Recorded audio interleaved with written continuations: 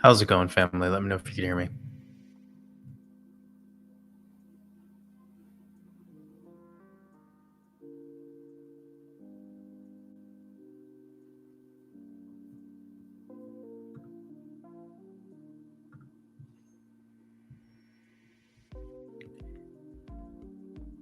Beautiful, beautiful, beautiful. Hope everyone is having an amazing Saturn day. Just going to give it a minute, let some of these notifications go out into the atmosphere,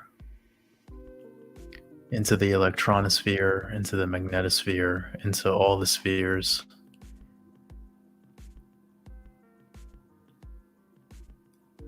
Eli, you hung out with Clementine last night?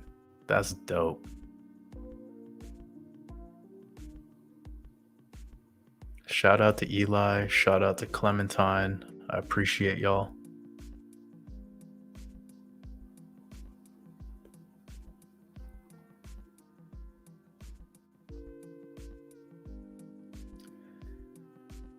Pokaloos says, "You do know that the earth is flat and aliens are a lie. And in fact, they are demons, correct?" Well, that's a lot. It's a lot in a small sentence, my man.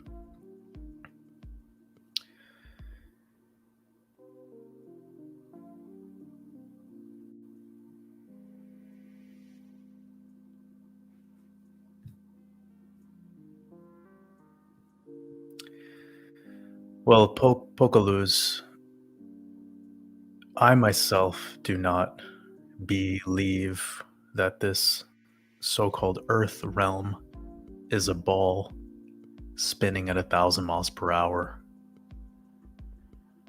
I don't see it as such,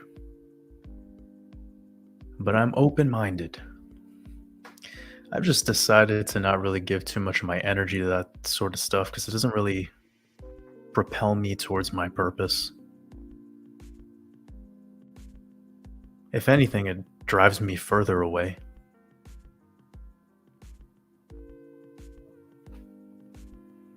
But hey, I'm sure that we align with many of the things that are going here in this crazy place. I'm just making sure that my audio is good. Can you guys double confirm? Double, triple, quadruple.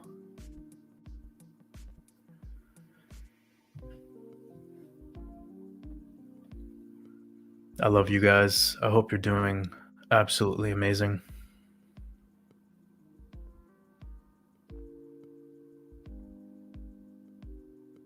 Okay, we're good. We're good on the audio then. Beautiful.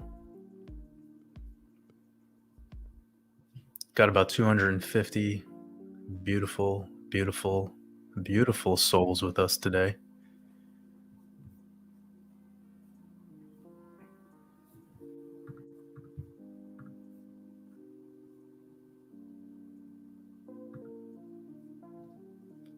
Enjoy these visuals.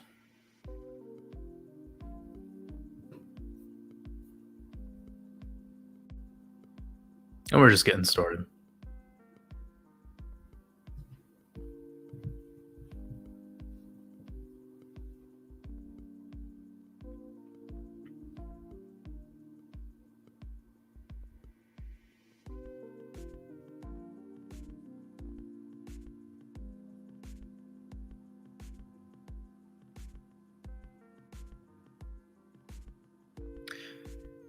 Not sure asks, I'm guessing you will be addressing the flash crash.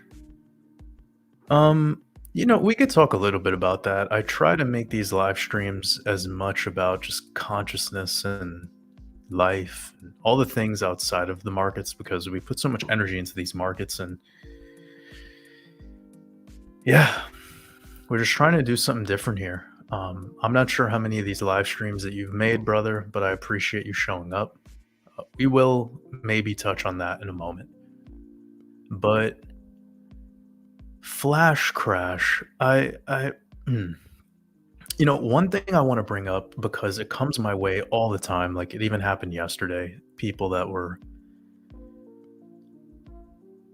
bringing up this word crash. And I even hear it when people send me videos of other analysts where they're talking about Bitcoin is crashing when it's down like 4%. And that's very odd to me. Like, what do you mean it's crashing?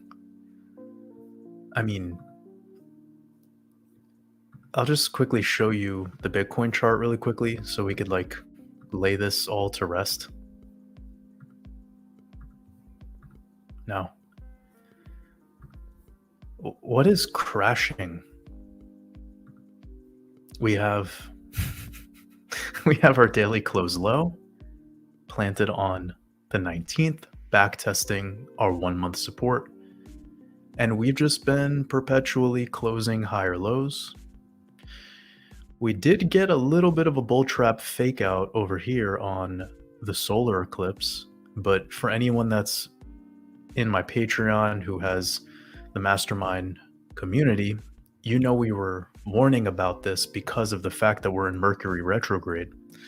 And what we tend to see in this time frame of Mercury retrograde is around day 7, day 8, sometimes as early as day 6, you get this pump and dump effect where all the gains that you made on that day, you come right back down the following day. And we've talked about this a lot. If you check out the last video that I put out here on YouTube, you'll know what I'm talking about. I go over this Mercury retrograde chart a lot. And what we're doing right now is actually very similar to most iterations of Mercury retrograde. Here's a very good example where you have by day 6, you have this pump, fake out, dump right back. That's effectively what we just did from the day of the solar eclipse to the following day, as above, so below. This is actually quite normal. You see these pump and dump fake outs during this phase. Here you have on day 5, this pump and dump, it effectively was into an eclipse, flat, boring. It's another good example over here. This is a great example actually because it was Mercury retrograde during eclipse season. You could see we had this lunar eclipse just about 3 days before Mercury station retrograde. Day 5, got this pump and dump effect, a little bit of a downtrend, eclipse season. Here you also get the same thing. I think this is a very important structure that we have because, again, eclipse season, Mercury retrograde. But this was a setup around the halving, the last halving. And if you see, this was day 4. It's like that first week. I think that's my favorite way to simplify it for people. The first week of Mercury retrograde, you get this kind of like false breakout. And what we just watched was the same. But crash, I don't really see what is crashing here. We're just holding structure, higher lows. This is looking pretty good.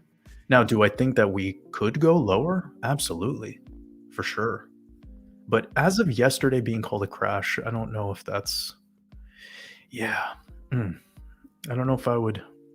Now, JP Morgan, on the other hand, this looks like it's crashing. Okay, you see this right here? So this would be your daily close low. You have this clear daily support. And then you have this rally distribution top and then a big gap between this falling off cliff. This looks like a fucking crash to me. But Bitcoin? No. This looks great. Just another day in the matrix. So yeah, I think it's enough to say about these markets for right now, unless something more important comes up to talk about later. But we're just still in kind of that pre-halving chop, Watch my last video and it'll fill you in plenty.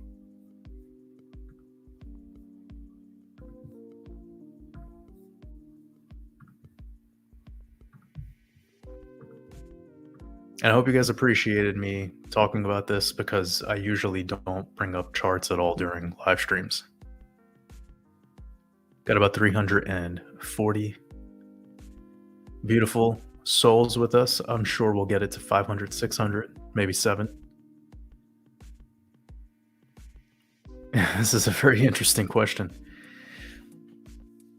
What do you think the reason is?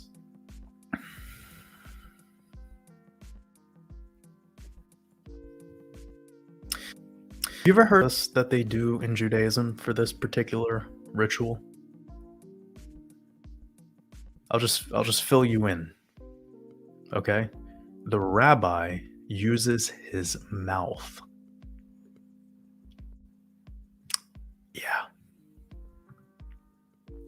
But the purpose of it is just one of many blood rituals. It's black magic. Hail Metallica, I appreciate you. Much love. You said, wanted to thank you for always teaching self reliance. It's so important for people to understand we're all souls trapped in mind. Mm. I've been thinking about this a lot lately, like what utility there is behind this mind beyond this Buddhist way of demonizing it and kind of telling us how bad it is.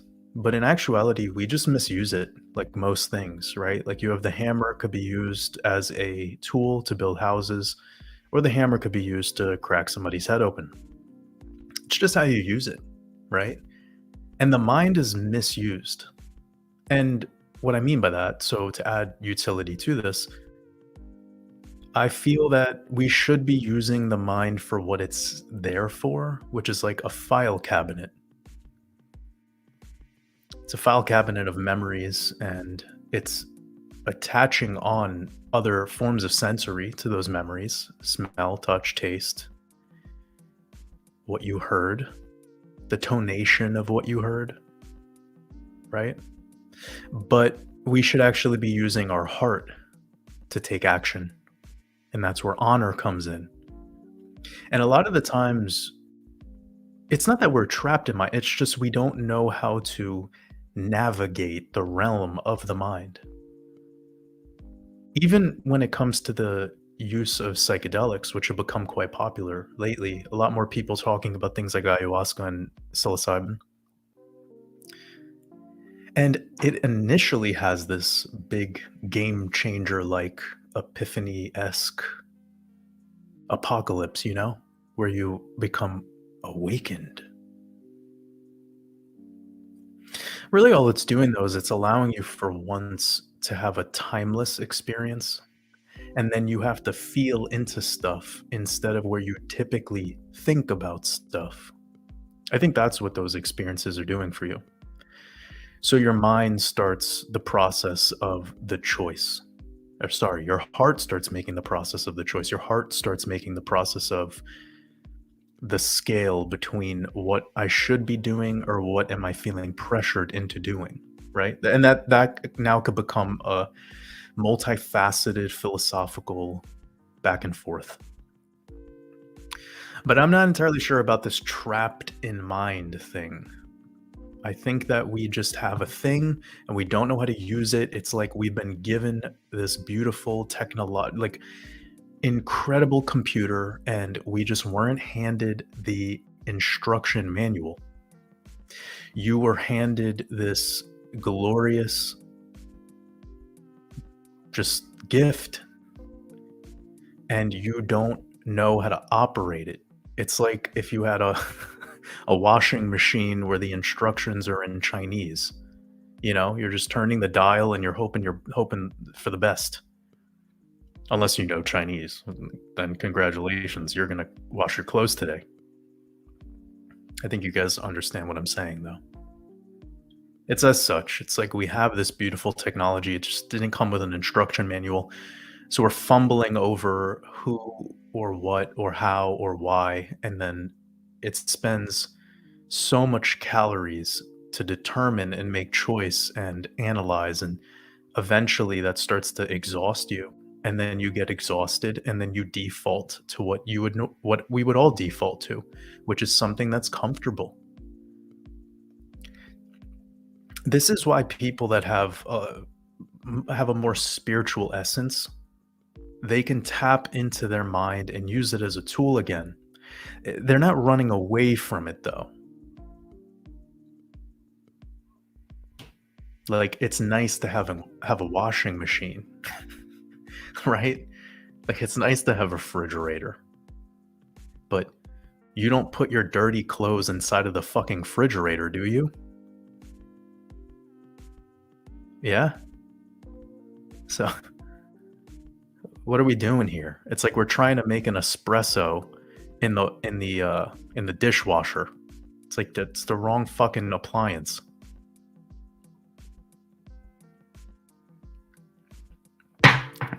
Yeah, so that's the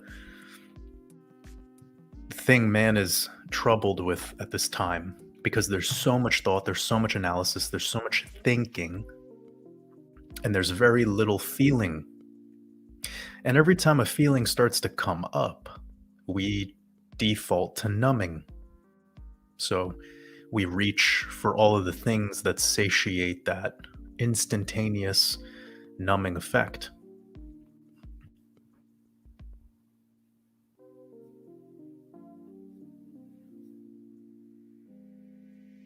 Okay, we got about 400. Appreciate every single one of you. Hope you're all having a beautiful Saturn day.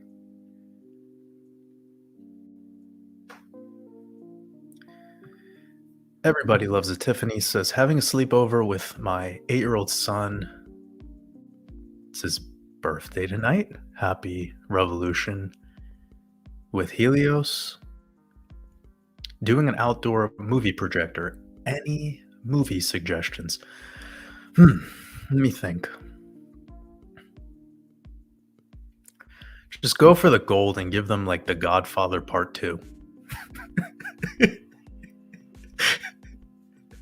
You know, like a man, I think every man, I mean, they're only 8. I don't know how what's the youngest one?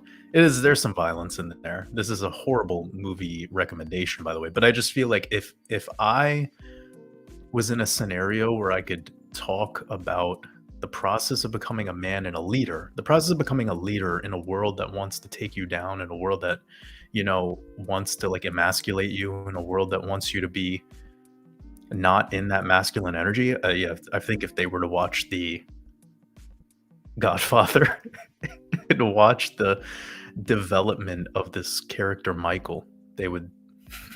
It's a horrible suggestion. Don't do this. Don't do this. This is horrible.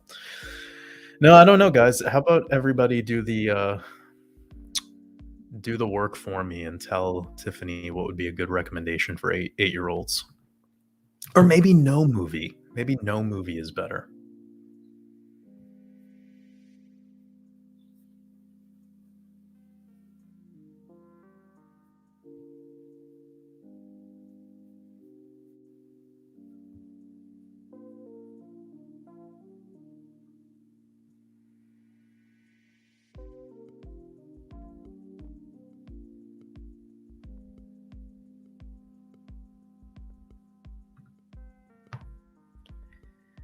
Energy was very, very weird last week for everyone, for sure.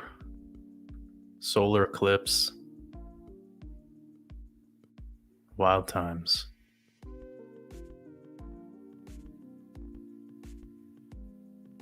How did everyone's eclipse go?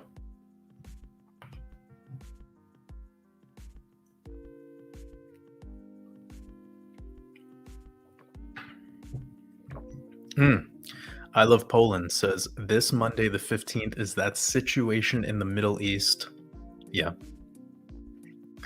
It would make a lot of sense, right? It seems to be what all arrows are pointing to, right? But remember, the event that always happens on the 15th, it's not like the big crazy thing, right?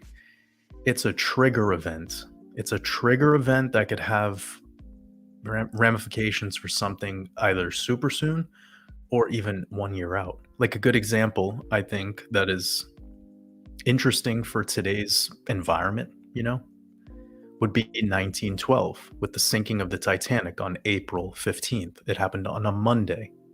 Well, here we are. April 15th is going to be a Monday in this year. And the sinking of the Titanic had some very influential and rich bankers who opposed the Federal Reserve System.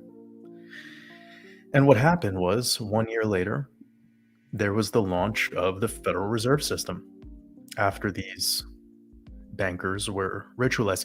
Now, by the way, there's a lot of evidence that points to, or there's a lot of revealing, truthing that has shown that the Titanic never even sunk. Like it never got taken out.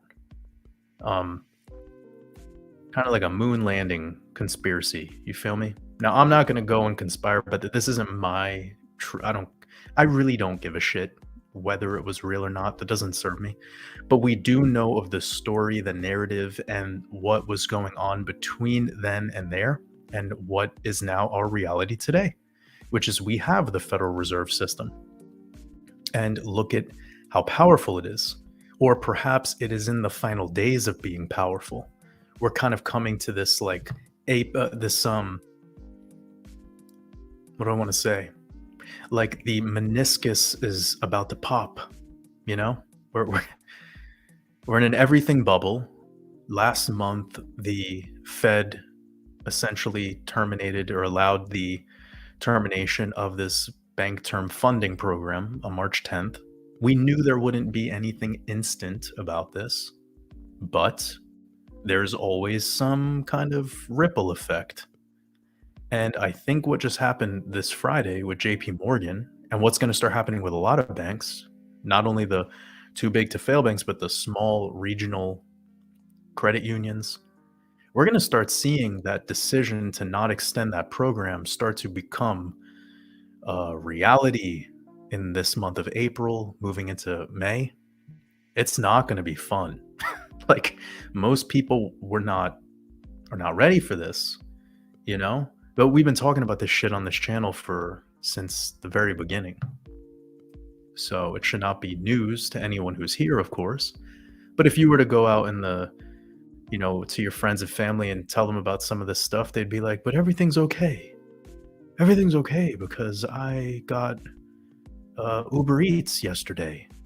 And it's like, we're very much in the moment where we have the most beautiful wallpaper on the most poorly built apartment of all time. And all it's going to take is the winds to pick up a little bit for this whole thing to come crashing down, you know? Or it's like a gorgeous mansion held up by glass toothpicks. Use your imagination.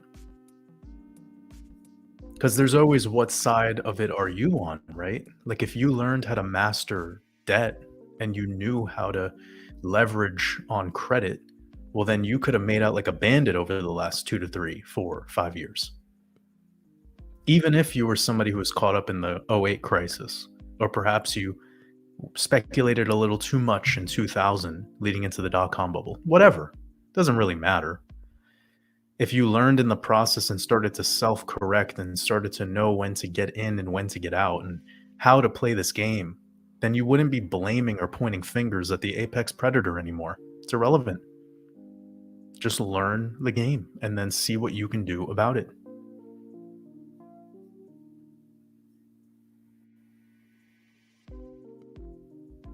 So anyways, getting back to April 15th, it very much does seem like that will be a war ritual date.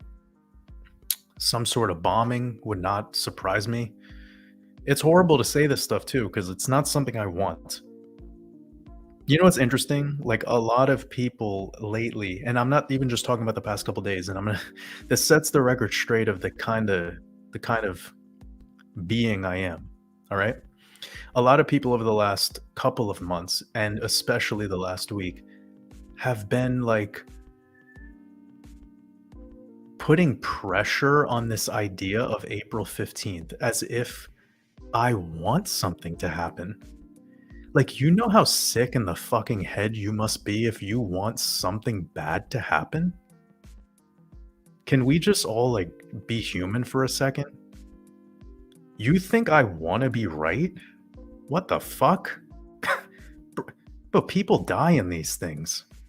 So how fucking sick are you if you're, like, rubbing your hands together being like, "I hope Waters is right about the ritual on April 15th so I could buy the dip."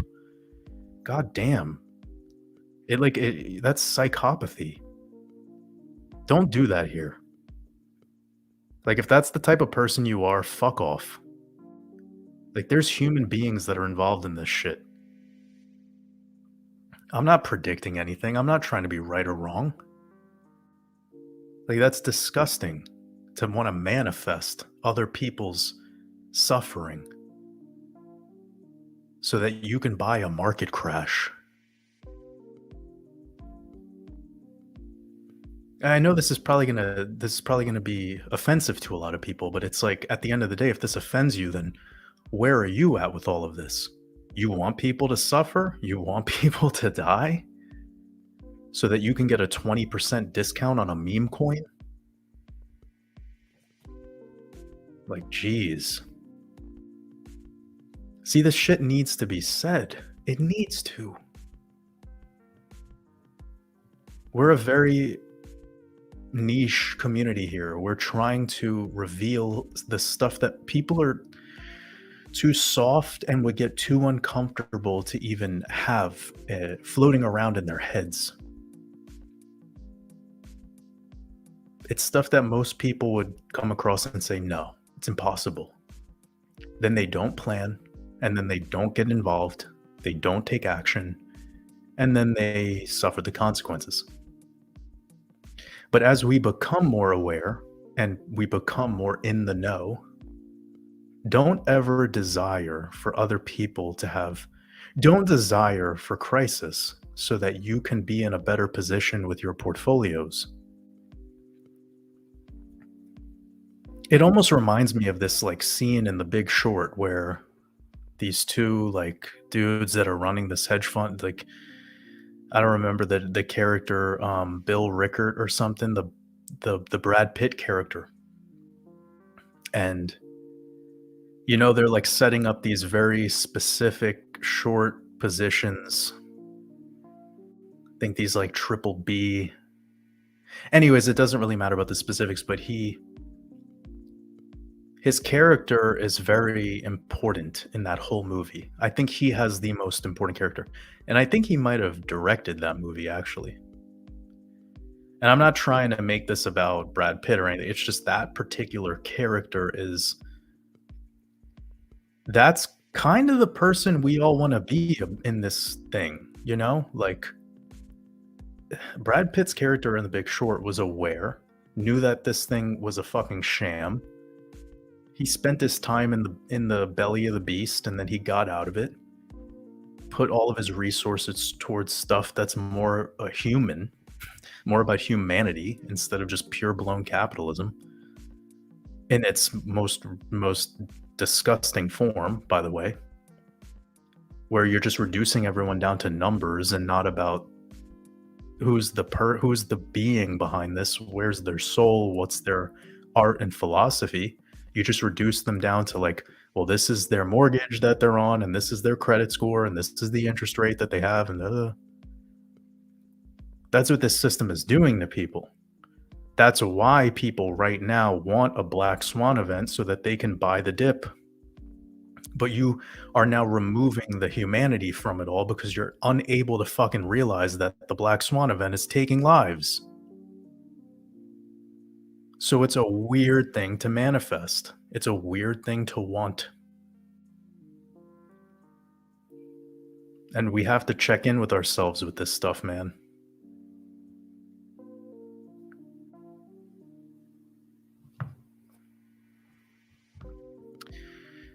See, this lion and this design is not Iranian. I know people want to believe that it is, but they don't know about esoterica. And the origins of all of these symbols are very alike.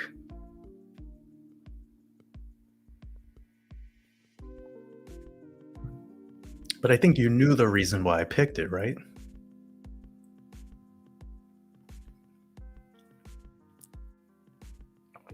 You know the reason.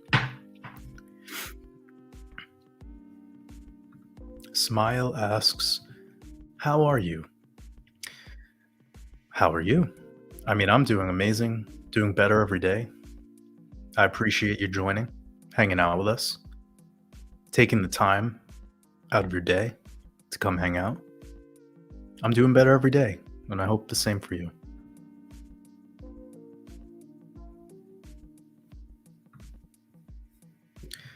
Lolo Blondo, I appreciate you. You said, thank goodness I found you a couple of years ago. Oh, you keep me saying this. I appreciate you too. It's all love. I appreciate you. I hope you're having a beautiful weekend. I think that we're all just remembering who each other is. We've probably all known each other for fucking thousands of years. We're just realigning. And that's why when we hear some of these things, and by the way, like I'm exercising this time every week, 2 hours, sometimes 3 hours. I'm putting in my hours of unlearning and remembering. And you guys have a lot to do with that. Like, I give you the credit. I've just decided to not hold back on the way that I'm feeling about this stuff. And hopefully, whenever I get these questions and I could interact, I try to do it from a pure place, not a place that has my desires over the other person's level that they're at. Trying to meet them where they're at. That way, it's like a symphony. Not Sure says, thanks, man. It's all love. Hope that review brought you some value.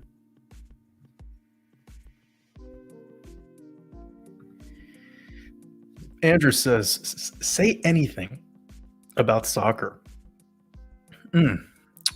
Well, I think sports are awesome. I think everyone should play some sport. If they don't like sports at all, that's fine. But now, as for professional athletes and professional sports, it's very much bread and circus. It's very much just a lot of money going to something that is obvious that humans like to be entertained more than taught or more than developed. And if we were to shift the energy that goes from that to self development and to putting it towards developing our communities and developing our minds and tapping in to this like source code that runs this simulacrum, I think we'd have a much different world, like clearly. But I'm not anti the sports. I'm not also anti professional sports. I think they serve their purpose and they're doing great at that purpose. They're keeping people fucking distracted. That's what they do. But as for the players who are doing those sports, great. They're passionate about it. I know what it's like to do something that I'm passionate about, where I feel purpose while I'm doing that. And I would never want to take that away from anyone. So if they're able to earn millions and millions and millions of dollars for kicking a ball around the field, then that's awesome for them. That was their code. That was their life. They were coded to have, and they're doing it. And that's great. But I think we should do less of watching other people play the sport and maybe ourselves play the sport. Like, instead of watching TV all day, maybe go out in the soccer field. Could be a better way of living life. But it doesn't seem to be what most people want. It's like they like the entertainment, and we put way too much energy and way too much resources into that, and it blows my mind. Like, one thing that I think is really fascinating, when I was studying this Munich massacre that happened in 1972. Let me pull this up really quickly for everyone so I can show you guys exactly what I'm talking about. Now, many of you might disagree with what I'm about to say, but this Munich massacre event, it is very specific to this particular year because of the narrative, because of this current war and the players that are involved in it. So we have this Palestinian militant organization called Black September. Wild name, but yeah, you guys probably know why if you've been following along my channel. And then you have the Israeli Olympic team. So you have Israel, Palestine, boom, right? And then this event happening in Europe. So this particular Olympic Games was in Germany, in West Germany, in Munich. And then this year we have this upcoming Paris Summer Olympics. So also in Europe, also Paris is a very volatile place right now for many reasons. But with that being said, today in 2024, we have this same kind of war narrative. This, well, yeah, you get it. But what I wanted to say about all this, and then just to wrap up my thoughts, and then we'll move on, is I found out about this event, and I instantaneously, like the type of person that I am, I instantly said to myself, "Well, they must have canceled this Olympics, right?" No. Now, I don't know that I'm not trying to make myself seem a certain way. I'm being vulnerable with you. I'm letting you know where I'm at with all of this. Maybe I'm the weak one. Maybe I'm weak because I thought that why would you continue to do this fucking game when people were just murdered? Like, maybe we can I don't know, but then I get it, like, they work for all these years to make it to this day, this time, and it's their chance, and then they get to do the jumping and twisting and spinning and whatever the fuck is going like, but it just shows how this is no different than the Roman Colosseum during the Roman Empire. Like, it reminds me of that Tool song, Vicarious. Like, we like watching people die almost and just go back to the sports. So a piece of like my heart was doing the thinking there, and I was decoding this, by the way. So this is like purely a game of analytics and forecasting and connecting the dots. And anyone who is a professional decoder knows that this takes some, yeah, you have to remove your opinion from a lot of this, just see it for what it is, so that way you can make these connections. But the moment I found out that they continued this Olympics and they just kept going, I was like, wow, life doesn't really matter then. Life doesn't matter. We wanted to keep watching this. I bet you we're so demented. If they like live streamed the war all day that's going on right now in wherever it's going on, we would be watching it. This is why during C-19 they put up the death toll every day on the news. They just wanted you to know this is how many people have died today. Fucking sick.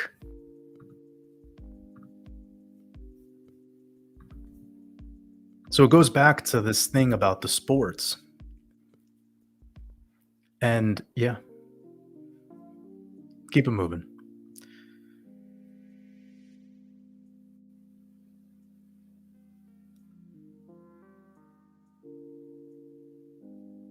Oh snap. Road Recon said fixing my truck on the side of the road in no man's land, Oklahoma. Glad to have some. Yeah, that's what's up. See, that's technology for the win. Can we just like tip our hat to the technocrats? My man is fucking fixing a tire in Oklahoma. And he's just tapping into a live stream. I salute you.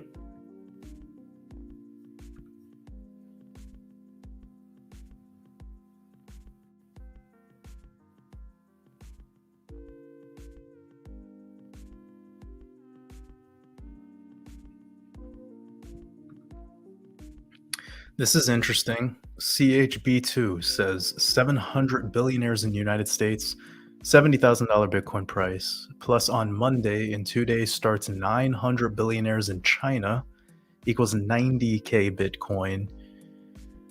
Okay, I don't think this is the maths that you should, like, this isn't the way. But how about I'll say this? Is Bitcoin likely to go to 100,000? Yes. When it's likely to, it would make more sense for this to be happening in August than it would in the next couple of days or in even May, given the cyclical nature of these markets. And since Bitcoin hit 70,000, it's been incredibly weak and it rode all the way up to those prices way too fast and solely off of a narrative. And the thing about it is the people that are involved in this game, they know that there's too few Bitcoin at this time. So the only way for them to get more of it is to shake us all out or to bore us all. But you got to remember the people that are buying all this Bitcoin and the ones that were buying all the Bitcoin in January and February of this year, they own the fucking media too. They own it all. So have fun with the math, but this isn't the way it's done. These people are running this planet on a code. And we're just here doing our best to try to decipher it.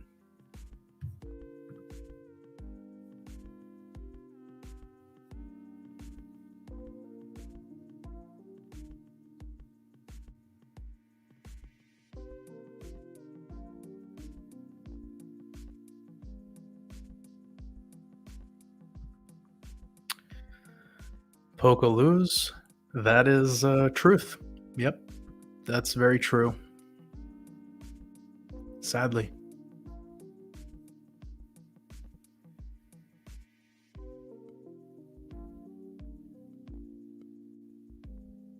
Shout out to Australia. Hope you're all having a beautiful, beautiful Sunday. It's Sunday for you all, right?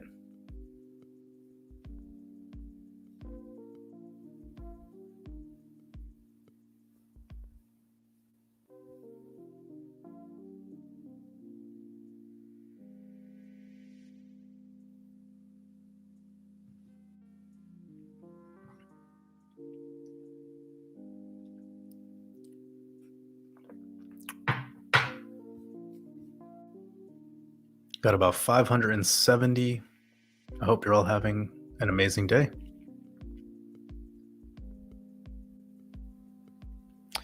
I have been to Norway, I think only once. I remember the one time I went to oh, no, that's a lie. I've been to Norway technically twice. Yes, I went to Oslo, and then the second time around, I quickly went to Oslo, and then I went to a smaller town called Brumunddal. I'm probably not pronouncing that right, so yeah. Anyways, I went to the smaller town, and Oslo was shocking for me because I don't think I saw any Norwegian people there. And I'm not trying this isn't about being racist or, like, not wanting to see diversity. I was born in New York City. I went to school on the Lower East Side of Manhattan. I was born in Brooklyn. I'm used to diversity. I didn't even know what racism was until I moved out of New York City. So just to set the record straight on that. But what was weird about that whole experience of going to Oslo was just how there was nothing Norwegian feeling about it, and there was really no Norwegians that I was seeing. It was mostly just immigrants. And now the one experience I remember was I bought a coffee. It was just like a filter coffee. I don't even think it was a pour over coffee. It wasn't even a manually brewed coffee. It's just it came out of a fucking machine, and it was like 9 euros, like in whatever their current Norwegian crowns. But it came out to be like 9 euros, which at the time was like 10 USD. And I was like, did I just buy a fucking $10 black coffee? And then I had to like think about like what the hell is this? And that really actually motivated me to learn a lot more about money because I'm like, this is bizarre that people are paying this amount of money. But hey, that was a while ago. I had a different way of looking at money back then. I look at it differently now. And I know a lot of people, if they saw a $10 coffee even today, they would be like, what? But yeah, at the time, it was just like I've never seen that before. Such a extremely expensive. And I was going to all these hostels around Europe, and they were all like 20 euros to 25. Like 25 euros was expensive. I remember Prague, Czech Republic was like $1.50 a night. But in Oslo, it was like 60 fucking dollars a night for a hostel. So like $60 to sleep in a room with like 16 other people. Imagine that. Paying $60 to sleep in a room where like one dude's snoring, the other person showing up late from a party, fucking stumbling all over the room. The other guy is like watching a YouTube video. I couldn't believe it. $60? Again, that was back at a time where, yeah, I think it was just the contrast between going somewhere like Poland or Czech Republic or Budapest or even like South Italy, like in Naples, Italy, or yeah, I don't know, man. That was wild. $10 coffee, $60 hostel bed, fucking crazy.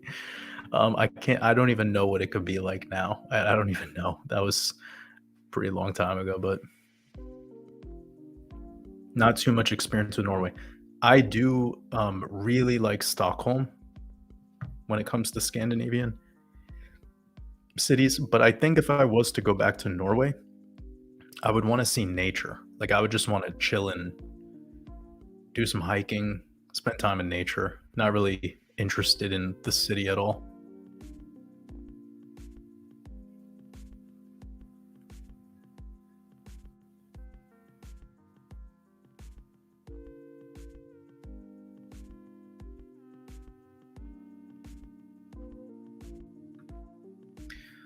Infinity Meta. Yeah, I don't know how to play music whilst also doing this live stream. I just got StreamYard like 3 weeks ago because we've been having a lot of issues with doing these live streams. And I needed to have a higher quality experience for myself, not just for you guys. Um, but I still am working on my music. See, the thing is that I'm working on like 3 to 4 different projects right now, and even I'm scattered, and it's difficult to prioritize, especially when you have this market in these conditions. Like these bull runs, the way that they're happening in the crypto market, whether you believe in 4-year cycle or not, doesn't matter. But the timing of it really does throw a wrench in some of the other things that I would like to focus on. And that's okay. No complaints, because there's a ton of money to be made in this bull run. Again, I'm not here to worship crypto. I'm here to leverage on it. And hopefully, by me sharing and being vulnerable about my experience and journey with this crypto market, it could now leave some pollen that you guys can come pick up and then apply to your investment thesis. However, but it's really difficult to work on music at a high level, Waters Above University, finishing up this decoding course, and also reworking some of the material in the crypto mastermind course. I'm just doing so much right now. And in the midst of all of that, I'm still doing these YouTube videos, Patreon, releasing a weekly podcast, doing these live streams here with you guys, taking client calls, working with one-on-one clients. And I do all my customer service. So it's really a one-man show.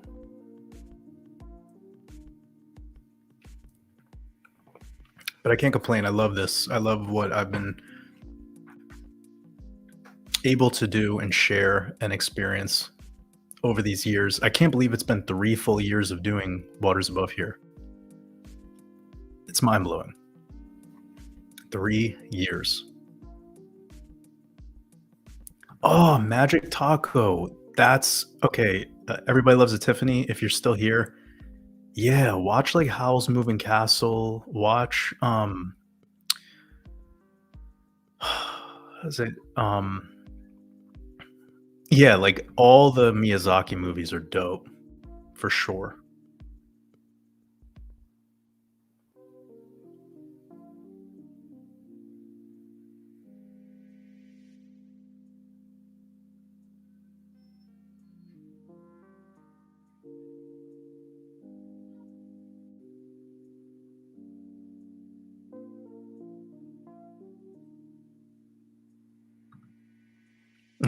Peaceful gamer. You're really shocked? You're shocked that nothing happened? How many times have we been there? Yeah. But the thing you gotta remember was there was some real shit going down in preparation for that eclipse, especially in the United States of America, so it's not all BS, like, there was many of the small towns that were on the path of totality were creating pamphlet booklets for their local communities in prep like 2 years in preparation at certain police stations for this particular eclipse. So it's not like they didn't do all of that shit for no fucking what's going on is you need to realize that like everything, it has a ripple effect. It doesn't all happen right away. Some of you might remember like when C19 first happened, nobody was losing their taste initially, right? A lot of people were just going to the hospital because they had typical symptoms of pneumonia, and that's just the kind of time of the year that this all happens. And then there's also a lot of fear mongering. So you have just the mind rules all. The whole experience called reality is mental. And when you're programming fear into people like that, it's very easy to literally hypnotize them into thinking that they have a sickness. But we saw about 1 year later, like a full year, almost a little bit deeper, 1.5 years, all these people out of nowhere who did not get the V, who did not go to the hospital at all, who did not get sick the first time, they were all losing their taste out of nowhere. So, like, it's all very chess like. And if we think that one date equals this effect and has to go this way, then you're playing checkers. And that's the whole point of getting into some of these decodes and tapping into it in the way that we're trying our best here is to not make people think that there will be this definitive and the last thing I'll say, because I could talk about this forever, but I want to keep it on a different vibe right now because that's the past. But once I saw all these biblical channels coming out, and I addressed this in my last YouTube video. If any of you watched it, I know it's longer, but it's packed full of gnosis and packed full of gems. Everything I talked about with the market, everything with the dates, everything with my opinion and thoughts on that eclipse. I made it that way to set the record straight on a lot of stuff, to show people where I'm at versus where perhaps a lot of other people are at with that. And the one thing that I was realizing leading up to this recent eclipse was this red heifer prophecy was blowing up, and everybody who had a religious YouTube channel or something new agey, but kind of on the like, I don't want to say this to like trigger people, but this whole like QAnon, David Nino Rodriguez, Charlie Ward shit, like those people started pushing all of these big interviews and stuff with people talking about this solar eclipse and this red heifer sacrifice. And I'm just like, bro, why is everyone talking about this now? Why? Like, it's boring now. It's boring. Of course, nothing's going to happen on that day. It's too popular. It's way too big and too obvious. So, anyways, the syncretism between all of the stuff that happened with New York and this Baltimore Francis Scott Key Bridge and what happened with this Crocus theater in Russia, and also this, like, we're just seeing a lot of shit ramp up right now. You know what I mean? And that's really what this was all about. My whole idea here was that everything from the lunar eclipse that just happened on March 25th throughout what I call eclipse season was the big time frame for a lot of stuff to go down. So that would be all the way up until this upcoming full moon. And I want everyone to think of this time horizon as such, because everything is going to happen like dominoes falling. But sometimes when the dominoes are falling, something gets slightly pushed over and it starts pushing a new set of dominoes. Just like this waterfall we're looking at. It looks like one stream of water from this angle, but then as you peer over, you're going to start to see it take different paths. And that's how energy in this realm works. It's all going to start dividing and then pushing towards another direction, just like everybody on the world stage was caring about Ukraine, and then all that energy shifted over to Palestine, and then it's going to shift again. The trickling of where the water starts is that C-19 event, because the apex predator realized how easy it is for them to have control over us through a completely make-believe scam.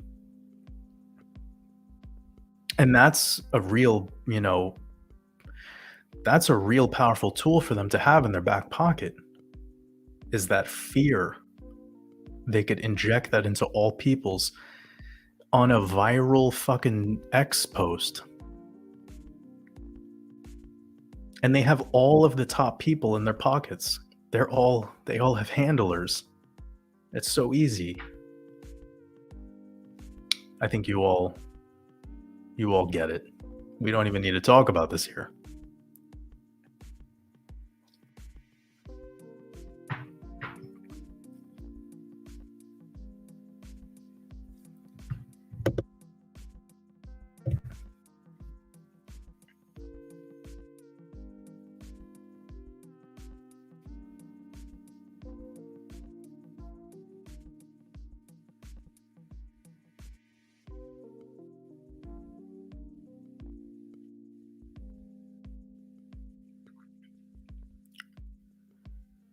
All of these buildings are phalluses. Phallus of Osiris, which is the needle. It's called the pin. At the tip of the needle, it's the pin, the pen, penis. Yep. Wego, I'm not sure how to pronounce this, but you said, "I listened to the song Within" by Swe okay, sick. Oh, snap. Yeah, okay, so you must be in Discord. Yeah, I shared that over in our Discord.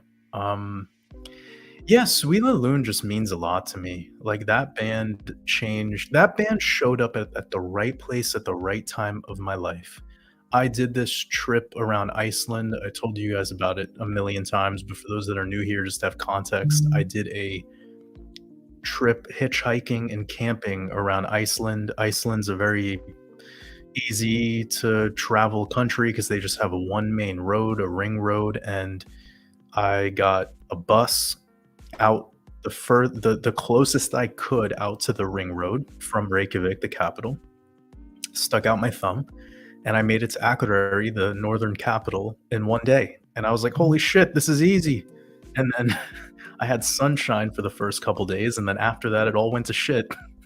It ended up being horribly windy and rainy and sometimes hailing, and I would wake up with my tent, like, my tent was a blanket because the wind pushed it flat on top of my body, but it was a beautiful experience. It was about 3 weeks of living outside in the wilderness. Some days I would fall asleep next to, like, wild horses. I got to, like, wash my clothes in the river. It was really, a shifting experience for where I was at that time, and that trip, I had an iPod with me, like one of the early generation, iPods, and I had, this album by the band Sweet Loon, and I listened to it almost every day of that trip. Let me see if I could pull this up for everyone so they can get some idea.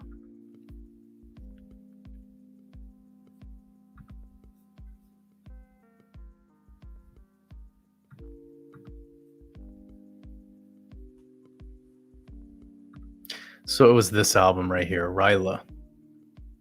They're a band from Stockholm, I think. But yeah, I listened to this on that trip all the time. I don't know if I could get that track Within's lyrics up here. Let me see if I can. It's probably not. No, wow. Oh my god, I'm surprised. They're not that popular. Anyways, this is a very vulnerable band. Like, the I would love to be able to get in contact with this band because I don't think they were able to make it. They broke up. I don't know what the reasons were. Probably just because of changes. Just such a beautiful band, and we don't really have this type of music anymore.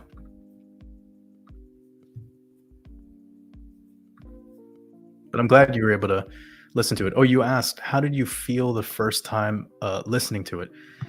That is, like, one of those bands that every time I listened to one of their new songs, I felt surprised, like, sincerely, and the first time I listened to that song Within, when it starts getting to the end, it was extremely emotional for me. That song is one of the most important songs in my life, and it will never not be. It's just an emotion powerhouse. And whether you like, this more, like, hardcore rock, s I don't really know what to call them, post-hardcore, some people would call it screamo, I don't care about these genre names. To me, it's just art. It's art. It makes you feel things, and it's expression, and they're one of the few that I've listened to that is like that genre, where the bass player is so fucking good. Like, their bass player is so incredible at adding in these melodies and the type of effects that they have on their guitars, the sound of their guitars, the type of reverb and delay that they're putting on them.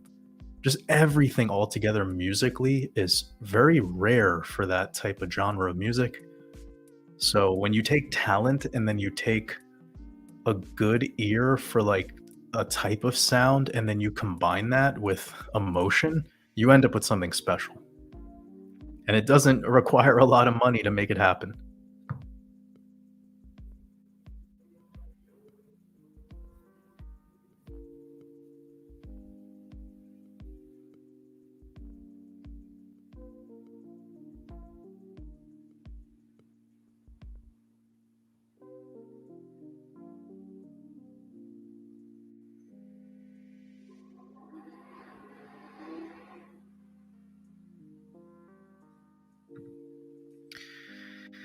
Crypto serious. It's tough. You asked, do you feel the Iran show of aggression on Israel is for show, maybe the needed black swan? Or I think the magician wants to show you exactly what they're about to perform on you, and 99% of humanity is just going to go, "Oh, okay, whatever." Right? Like, that is the interesting thing about it all. So when we're hearing exoterically this Iran involvement, it's pretty clear to me that they are about ready to do something. Like, this was the same thing with Event 201. Now, this is very different, and I think you'll resonate with me on this. This is very different than a bunch of like truther YouTubers coming out and revealing this. Like, when it comes straight from the horse's mouth, when it's coming from mainstream media and presidents and leadership all around the world, then yeah, like it's gonna be a thing. It's only likely to be bullshit if you're just hearing like random sources of whatever, because then it's just opinions. But when you're hearing the magician tell you itself what it's about to do, what it will do, it's likely they'll do it. Like, I don't see that not happening, but it's part of the chess game they're playing for sure to get the next big domino to fall in the World War III thing. Let me switch this over.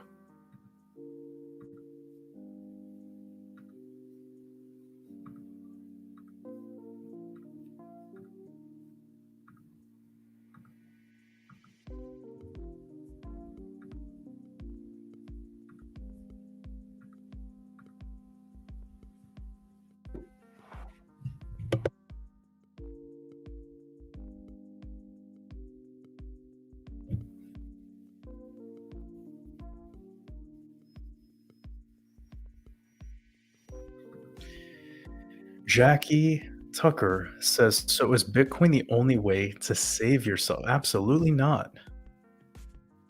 Bitcoin is one of many digital currencies. It's just the winning horse since its inception. And Now it's a little bit later in the game, so you're not going to Mhm. have the same ROI potential as you would with something a little bit more random. But all in all, I think it's important to realize that 99% of people are never going to be good at trading. They're never going to be good at using leverage. They're never going to really be that good at buying properly or selling at the effective time. So holding on to Bitcoin is best for most people. But now those who are tuning into this channel, you're getting a lot of depth, a lot of decoding and deciphering of what's happening. And what we're doing here with Bitcoin is using it more like a compass. If we have an awareness of the likely moves and energy behind Bitcoin, then we could speculate on other things and ride that wave. And where we're at right now in this market cycle, and I can't take too much time to talk about this because we want to stay on track with this live stream, but with regards to what's happening right now between Bitcoin dominance, the price that Bitcoin has seemingly con- confirmed a resistance, as well as all of the narratives around the Bitcoin ETF, and also just general market performance across the whole asset class of cryptocurrency when looking at total 2 or total 3, which by the way, I just looked at last week on the Red Pill podcast. So patreon.com/watersabove. I covered all of this very thoroughly, and I will recap it tomorrow on the new Red Pill.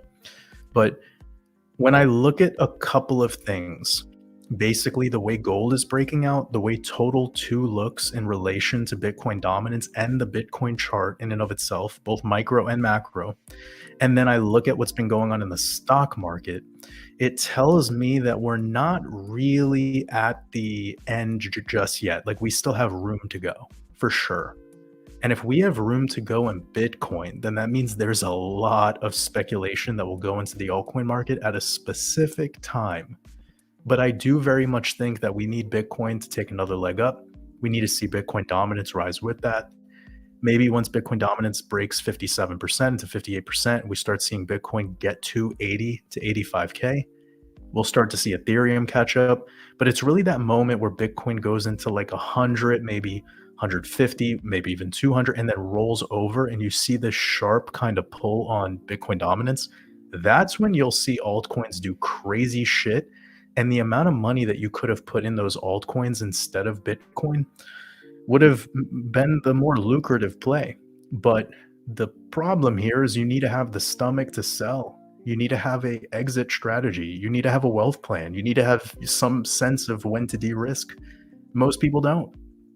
So yeah, like there's a lot to get into on this, and I know I gave you a lot of value in response, but it's not about that any of this stuff is saving you. It's that you're leveraging on it because you're in a dying dollar. The dollar gets weaker, and it's obvious now with what gold just did. So I hope this helps, Jackie. But if I had to be very, very honest about how to do this, and it's something that I brought up on the last time I connected with the Good Morning Crypto show, shout out to Coach JV and their team over at the 3T Warrior Academy. And by the way, if anyone is connected to JV, tell him to hit me up. It's been a long time. I think it's been like 4 or 5 months since I talked to him. It's been a minute.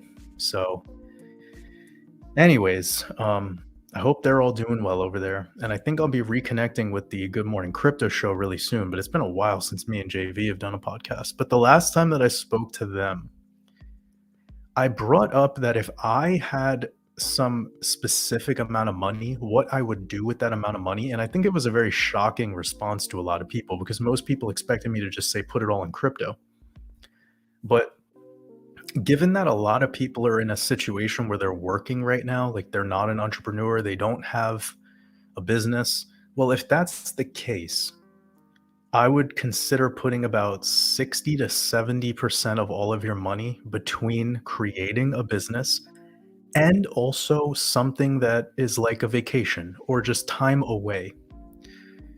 Now, I would rather you prioritize that than put it all in on the markets.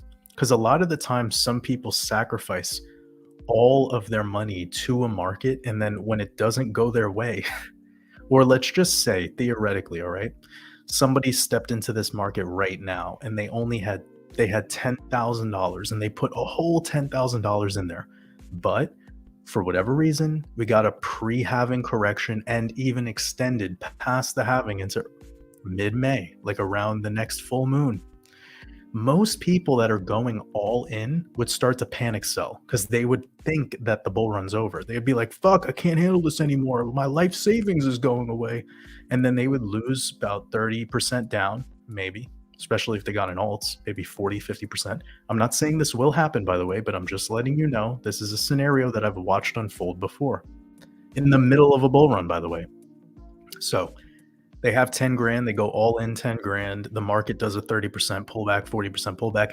They start panic selling at like 25, 30%. And now they're down, you know, 2.5 grand, 3 grand. Instead, you could have been 50% in the market initially, kept that money on the sidelines, and started building a business with it. With online, you don't even need anything to make a business. As long as you're paying your fucking internet bill. Most computers have a built-in microphone. Most of these headphones have built-in microphones. You could do so much. Even with a lot of AI programs that might cost you a one-time fee or some sort of subscription fee, you could do some shit like that. You know, I'm not a fan of AI. I don't use it, but if that's like what it takes, then great. It's better than panic selling 25% down, which you probably will do if you went all in. Like, most people don't have the stomach to deal with all in. That's why they shouldn't be doing it. But also there's some wisdom hidden within all of that, which is put some money aside for taking care of yourself and just like mental resetting, health resetting. You know what I mean? Because if you're working a job and then you're also doing a side hustle at the same time, you might get very stressed. You might get very run down. You might start treating people poorly. You might not be the best father or the best husband or the best girlfriend or whatever. So what happens is you start to you start performing poorly and emotionally reactive. You start becoming emotionally reactive to too much stuff. And it starts to degrade the quality of the other things that you have that are going good. So it's nice to just have a little bit of side money to go, okay, I want to go on a camping trip for a couple days, you know? Just to go away, just to reset a little bit. And that shit's important. And a lot of people in this world right now, they're like FOMOing into everything. Everything is FOMO. Everything is like, I need it now. I need it yesterday. They're getting too heavy on liabilities. There's too much influencer, shiny object shit going on right now. People buying shit they don't need. And then also, if they're too interested in crypto, they usually fall into the the pit of like the one coiner communities. And this is something that I am not. So watch out for that shit too. And I shared something yesterday and I was surprised how triggered a lot of people were getting. I asked a very simple basic question about hex, and I just wanted to know, like, is the hex community getting sacrificed right now? That's not a joke. That's not me trolling. I really want to know. But this one coiner type of like cult, and I'm gonna just pucker up. Sometimes the sauna gets steamy, right? But the truth here is these one coiner only type communities are very fucking dangerous. Like, learn how to diversify. Don't go overboard. You don't maybe need 20 altcoins if you barely know how to read a chart. Like, if you don't know how to do any TA at all, what are you doing getting invested in 15 different things? You barely know how to look at and analyze one. But then if you put all of your chips into one thing and it's not working out, maybe it's okay to consider there's other opportunities out there.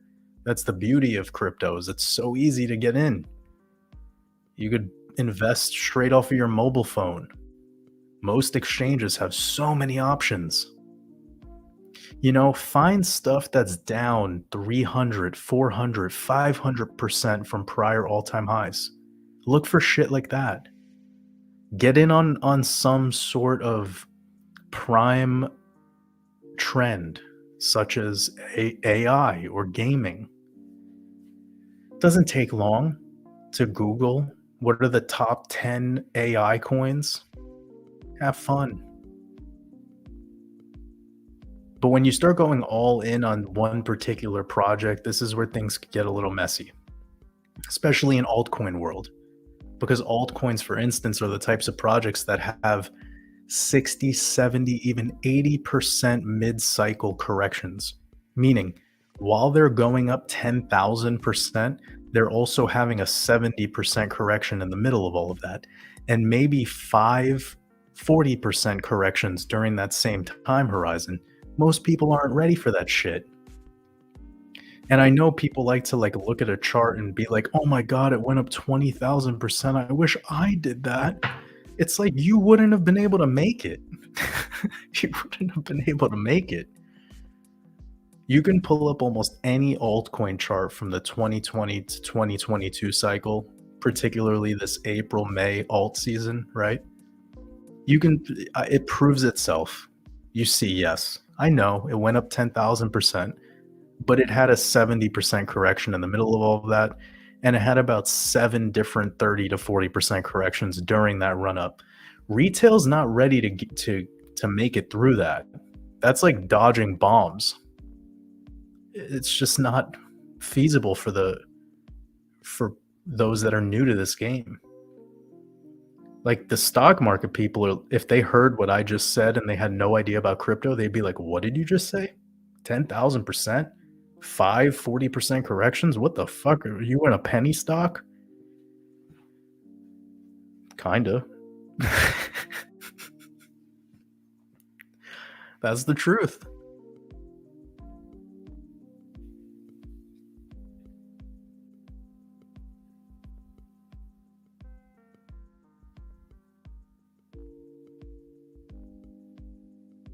Looking at some of these comments.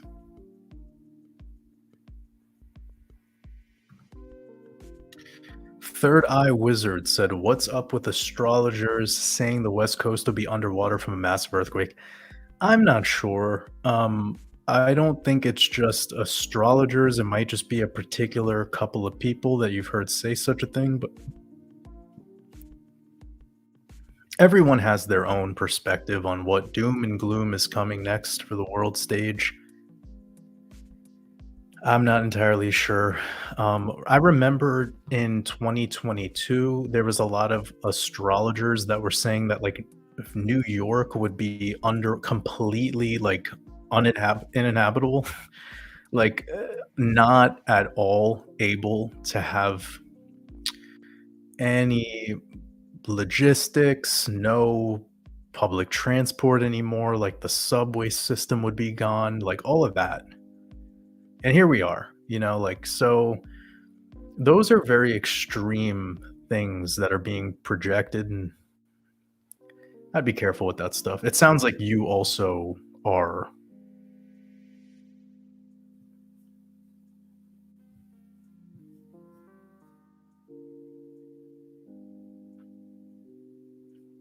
But your follow-up, you said, I mean, you talk about all the time. What have I said? I'm not entirely sure whenever I've said that the West Coast would be underwater from an earthquake. Please find me that.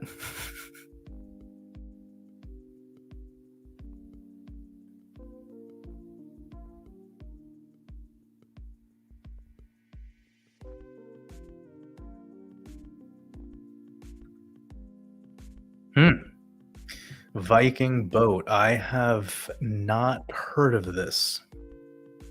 Very interesting because of the developments that were going on with World War II that I've gone over in the past, where on April 9th of 1940, the National Socialists invaded Denmark and Norway. So Norway entered the conversation in around this particular month. And for those that don't know, this is a very important connection because this year of 2024 is the year of the dragon, the same way 1940 was the year of the dragon. We had the same lunar and solar eclipses on the same dates in 1940 as we do in this year of 2024. And the most mind-blowing connection is the fact that the Gregorian and the Hebrew calendars are synchronized. That is very, very rare. We're a year off of Jubilee, biblical Jubilee, 50-year cycle, and the moment that Jubilee was over in mid-September, we turn around to the first week of October, very shortly after, and there's this war declared by Israel. That happened in the year of the rabbit, 1939, when World War II started, was the year of the rabbit. And then it started to really get wild in the month of May, on May 10th. So this May 10th date, it's not going to be specific like that, but it does very feel like it's a ripple effect of time.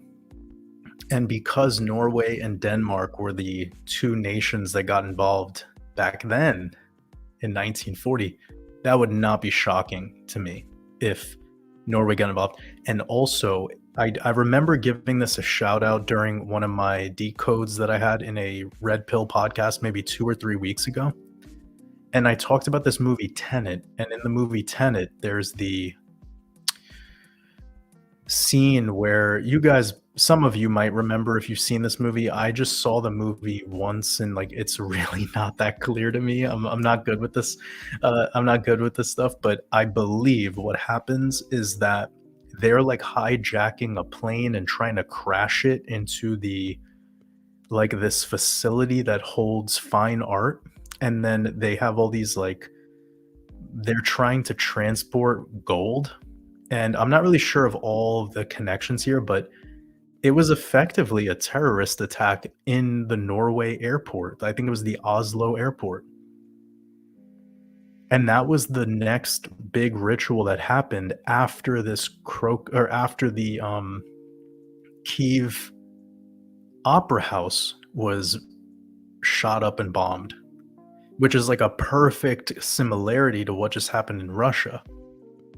So the Russia event happens first, then the next thing that happened would be the Norwegian thing.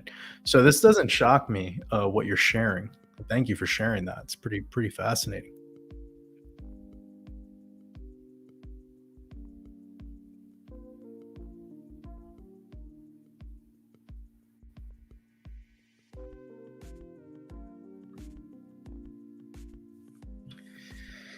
M.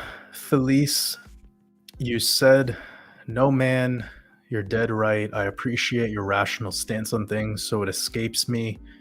Oh, okay. Well, here's the thing, and I'll be very, very honest. The bearable bull, he risked his he took a risk by having me on his channel. Like, you know that, right? Because if you know me, you know that I don't hold back my truth. I say everything as I want to say it. I'm not cancelable, and you're never going to censor me. I don't have any paid sponsorships. No company is in collaboration with me. I make 100% of my own art. I distribute it, and I'm the only one doing the customer service behind it as well. I handle all my own clients. I do everything for myself in regards to what I'm doing here with Waters Above. So it's a risk to actually have somebody like me on your show. Like, he took the risk. So how could I not respect that? He allowed me the platform. And by the way, off the scenes and on, like, when we connect, he's a very, very nice guy. Like, I consider him a homie. But I'm not sure of everything that's going on for him with his regular videos. I try to follow along whenever I can. I'm very, very busy with what I'm doing. But yeah, I mean, for me, all I gotta say is I respect and appreciate and honor those that have allowed me the opportunity to step onto their platform because in a sense it is a risk to let the dragon loose in your lair. So I appreciate that. And yeah, I'm not sure why anyone would feel that way. I'm not entirely sure why anyone would feel that way from the negative perspective of what you shared, but of course you're entitled to how you feel. Same goes for me. If anyone feels that way about me, then it is what it is.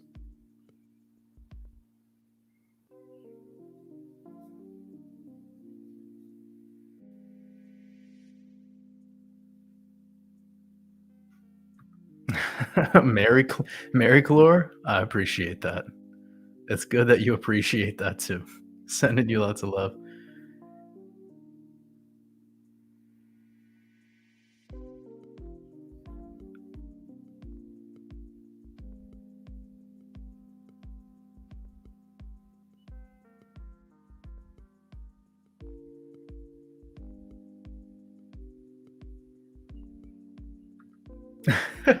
Oh, why is that? I don't know why that would have said or would have done today to. That's funny. Also, we got 600 people up in here. I appreciate every single one of you. I hope you're all having a beautiful Saturn day. Thank you for taking the time to come hang out with all of us.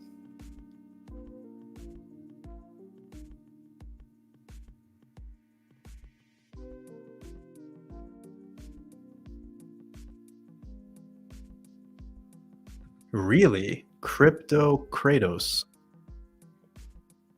I would love for you to share why. On cacao. Huh. I've been under the assumption that a lot of these commodities will do extremely well just because they're so like okay, we're in a very first world environment for a lot of places that did not have that first world vibe in regards to logistics and just everyone being able to have everything. And it's pretty fascinating now with these fast shipping services and all of the like Amazon Prime and like you can get one of the highest quality Ecuadorian chocolate bars directly shipped to your house in like 2 fucking days. And there's a lot of demand for these specialty products now. There's a lot of more health food stores now than ever before. There's a lot of these organic shops and just online shopping in general, right? So I'm just like letting you know where I'm at with this. I'm not going to get into the charts or anything like that regarding cacao or coffee or any of this, wheat. But it very much feels like everything is just going to continue to inflate. Like everything.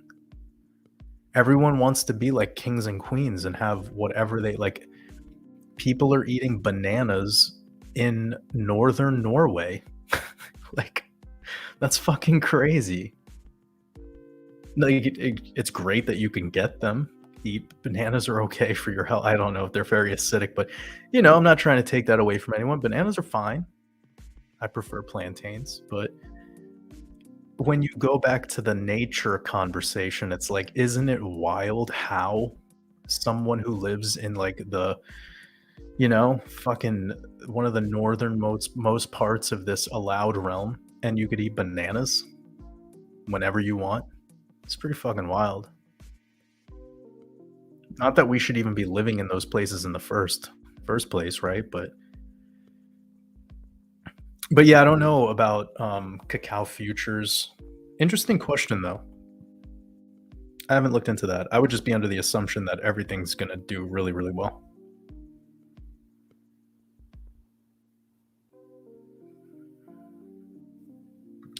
Rainmaker for real. Regarding the Bitcoin halving, I think that's what you're asking. This BC halving. It's more about the astrology and these esoteric elements. It's not as much about the Bitcoin halving in and of itself, but the days that surround the halving do have clear evidence and data that you could all look into on chain. to prove why Bitcoin typically takes a quick dip around that time frame or around that time frame. But you got to remember that the people who programmed the entities that programmed Bitcoin from its inception, from the Genesis block to where we are today, this whole algorithm and the protocol behind it, they were in the they were Kabbalists. They knew how numerology works. They know how astrology works. They know how gematria works. They're not dumb. I have this really cool thing I can't wait to share with you all. It's going to be a new project that I'm launching. It's going to be a crypto decoding blueprint. I will be building it into my Decoding Mastermind course, which is already available at watersabove.com.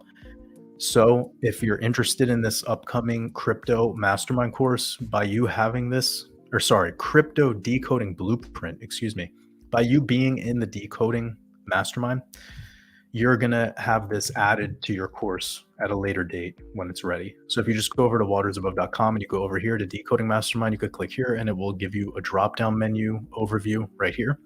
You could look at everything that's included. This is going to build a lot of structure so that when you make it to that crypto decoding blueprint, it will all make a lot more sense to you. And on top of this, I'm going to be revealing a new masterclass into this course, which is called the Trinity Masterclass. So I'll be adding those two new modules to this course. One-time payment, lifetime access. Whoever already has it, no further actions needed. When the new course lessons are ready, they'll be loaded in. You'll have it available. So yeah, anyways, just letting you all know that I'm still working on this, but I can't wait to release that particular decoding, crypto decoding blueprint, because I get so many questions about it. People really want to know how to specifically decode crypto. And why I'm bringing this up right now is because if you look into the origin of this cryptocurrency story, going from Bitcoin to all the other currencies after it, you'll find that there is clear esoteric symbolism in all of these early cryptos, in all of them. And there's one in particular. I'm not going to say it. I'll let you guys figure it out. And you'll see what I mean, because it comes full circle to this whole idea when people deny there being this esoteric element here in the crypto world. For those that deny this, I mean, I know you guys are a lot more open-minded, of course.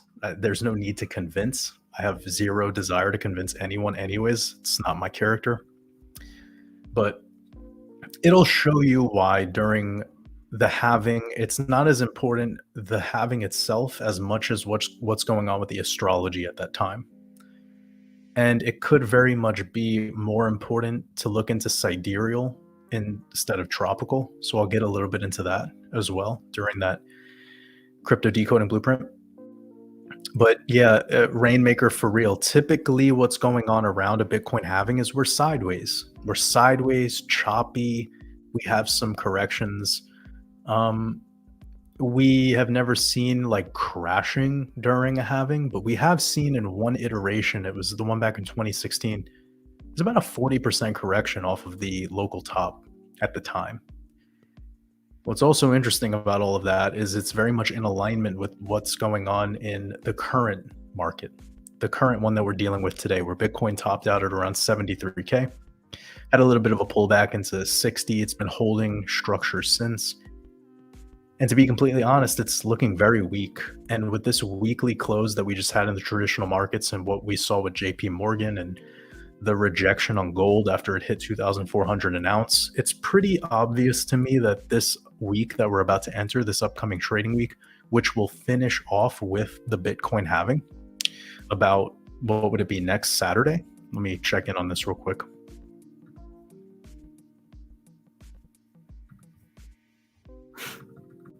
Yeah, it's next Saturday.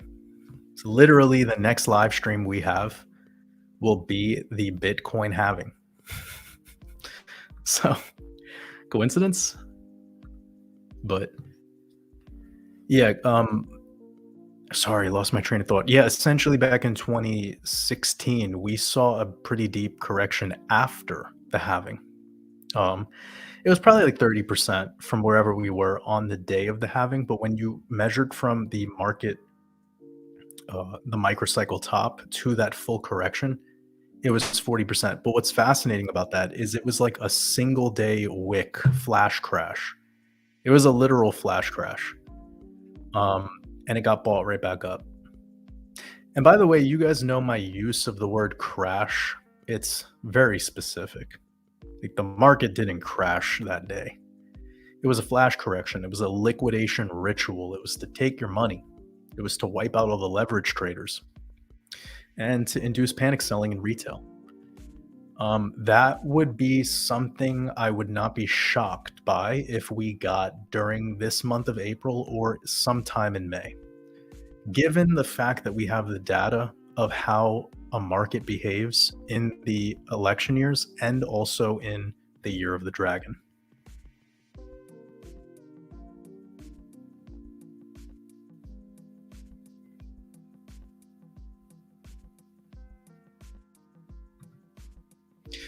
C asks, how can water be programmed?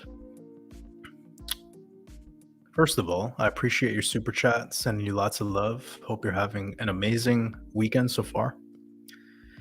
Well, all things have consciousness, some way, shape, or form. Everything is made up of energy, frequency, it vibrates. There's basic laws of the universe. When one studies them, they start to see how things actually operate in this so-called reality. Although we are in a simulacrum, it's a very good copy. It's a very convincing copy. And all things that have life, or I should say, things that have the most life, have the most water. Excuse this sound outside. I'm going to pause the mic until these cool guys are done honking horns at each other.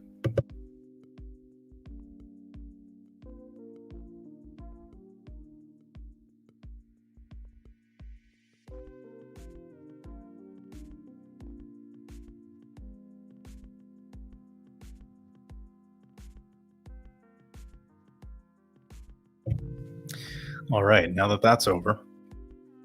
So, where were we? The more water something has, the more life it has, the more life force it has.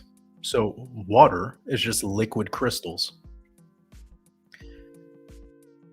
And this is very important to talk about because when we have a rock, this rock, it now can hold frequency and it could be used to transmit energy and frequency and vibration, of course. But when we look at a living person versus a skeleton, you can see clearly that one is completely void of all of its waters. The older you get, the more water you give off in your decay, the end of your cycle. Everything is a cycle. Everything is like a wave, right? Starts low, goes high, crashes. And this is an interesting thing to bring up because a lot of people believe that we're in the age of Aquarius, or they still think we're in the age of Pisces. And I think from a exoteric perspective, that's fun to debate. But I personally believe that we are moving through all of the signs, all of the timelines.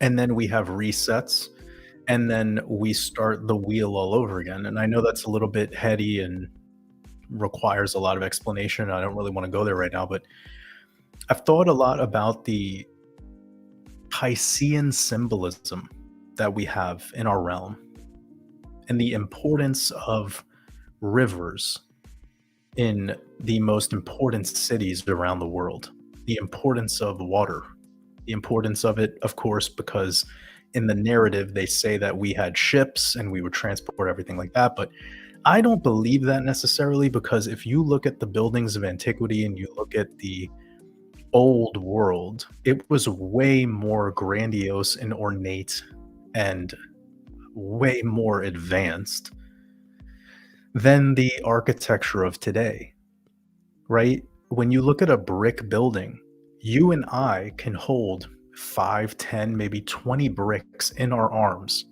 We could hold one single brick in our palms.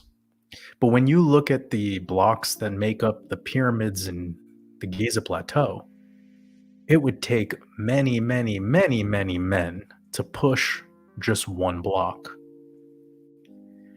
This goes for a lot of the great architecture of our realm. I'm not even saying that the pyramids of Giza is great architecture, by the way, but the point being is that that's a common thing that we all know. One theory is that the reason why that part of Africa is now a desert is because of those pyramids, and it triggered some sort of shift in energy. Kind of think of this realm like a battery system, and the electrolyte is very crucial in that battery system. Well, when the battery gets unplugged or when there's a power outage and the fuse box blows, well, you can have the short circuit can now fry out the motherboard. It could fry out a part of, in this case, the realm. And the theory is that this used to be a tropical rainforest, and there was so much rain there, and there was a lot of lush greenery. And there was something that happened, some cataclysm, some sort of event, could have been man-made for sure, fucking with technology, for instance. And this effectively turned all the water into oil. We know this dinosaur fossil fuel story is a psyop. If you don't know, take some time to study it. It's fascinating. So all waters are important in sustaining life. I'm not even going to get into the Emoto experiments because those are also kind of hard to prove. And yeah, you guys could look up Dr. Emoto. I'm not here to debate and say that it's real or not real, but basically it's just taking water droplets, saying something nice like I love you, or saying something that could be negative like I hate you. And when flash freezing these water droplets, looking at the crystals, you see the way they shape are quite different. But again, there's been tons of people out there that have debunked some of this stuff, and I'm not going to spend my prana on that.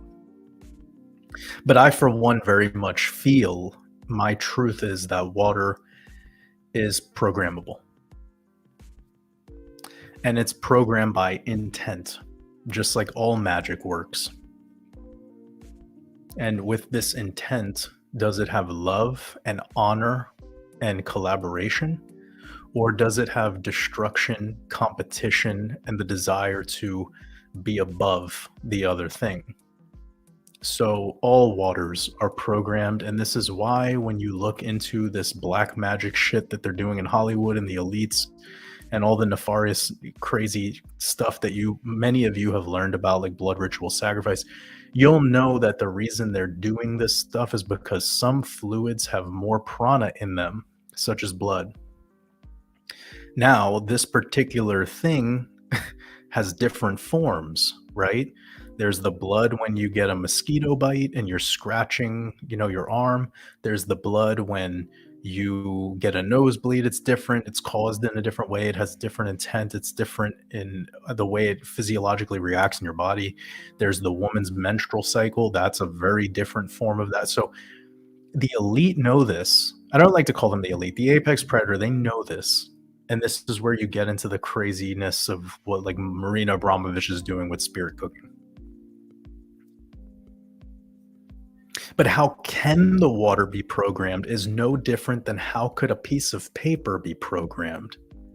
You script it. Yeah? If I wanted to send you a note, well, I need to have something to put down that we both share. And in that communication, we now can be in silence, but know what the other person was thinking. right? Like if I sent you a letter today and it arrives 4 days later, you can read what I was thinking. Like, this is magic. I know people are gonna be like, "Dude, it's just writing a letter." No, you literally programmed whatever that tangible thing is called paper. You put thoughts into paper, and then that was now sent over to somebody else, and they were able to read it and determine how you were feeling and what the message is. And some people can be like, "That's bullshit," but, like, people cry when they read letters. You feel emotion. Why? Because the person who wrote that letter programmed that piece of paper with that ink or that whatever. Everything is being programmed. So, of course, water's being programmed. This is fun to talk about, and perhaps we could come back to this another time and on a different topic, but kind of keep it in the same lane.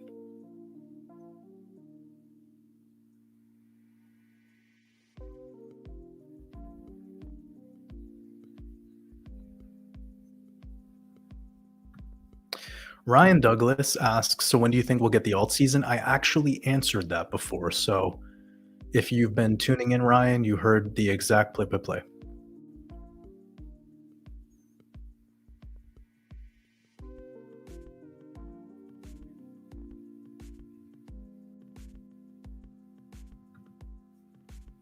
Likely in the age of Leo, but this lion and king of the jungle and lion king, kind of archetype, Lion of Judah, this symbolism tied to the sun with Leo, it's been around for a long time. It's been around for a long time. And no matter what age we're in, you're going to see this symbolism show up a lot. But there's one piece of esoteric imagery that shows you a lion eating the sun. Now, what we all need to remind ourselves of is what eclipse symbolism is.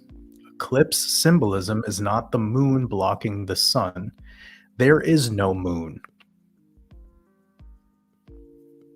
If it was the way that NASA and these professional liars tell you it is, then you wouldn't be able to. The idea of totality is nonsense. The whole fucking realm would be blocked. It wouldn't just be this little sliver of land across this very particular. But they're very instinctual and they're very wise. Of course, the jungle also has its own hierarchy, you know. But this lion sun symbolism goes way back.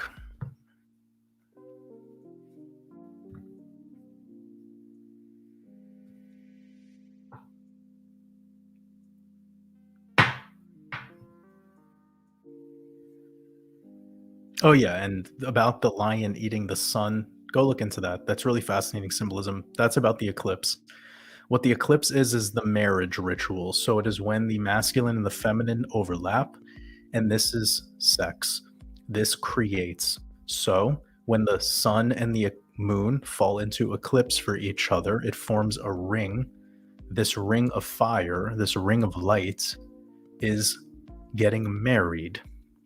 It is now the feminine is now wed.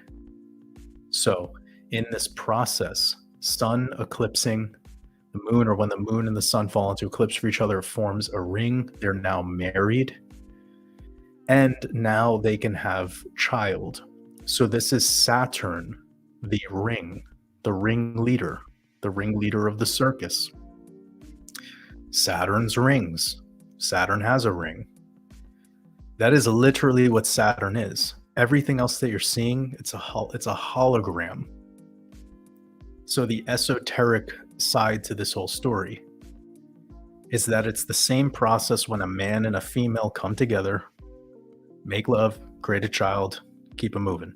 It's Isis, Osiris, Horus. Same. I'm going to get very deep into this in the Holy Trinity section of the Trinity Masterclass. So that Trinity Masterclass is being worked on right now, and it will be added to this Decoding Mastermind. All right, family, we're coming up on 2 hours here. Got a little bit more time to hang out, and then we have to keep it moving. It's been a fun ride. Got almost 700 people with us today. I appreciate you.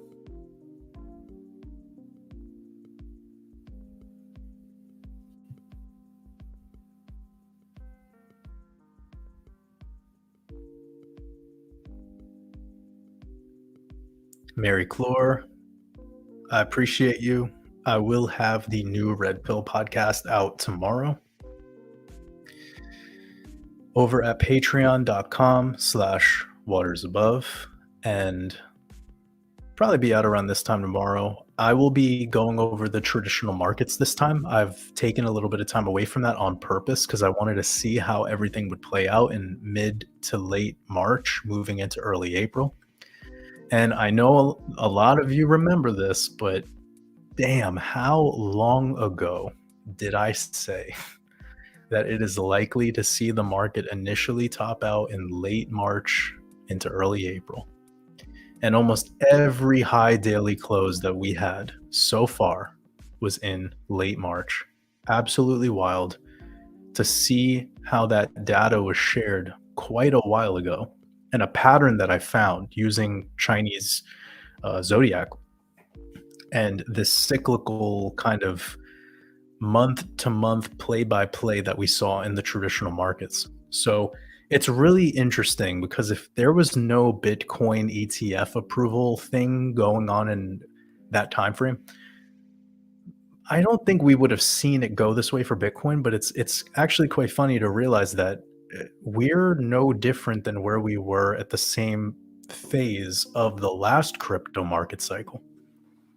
So I think that what's happening in the stock market throughout the rest of this year of the dragon, and since it's been so accurate so far in the way that we've been forecasting this, I think that we need to start paying a lot more attention to that analysis now, especially because I think we're on day 40 of Bitcoin sideways, unable to break into price discovery after multiple rejections around 70,000.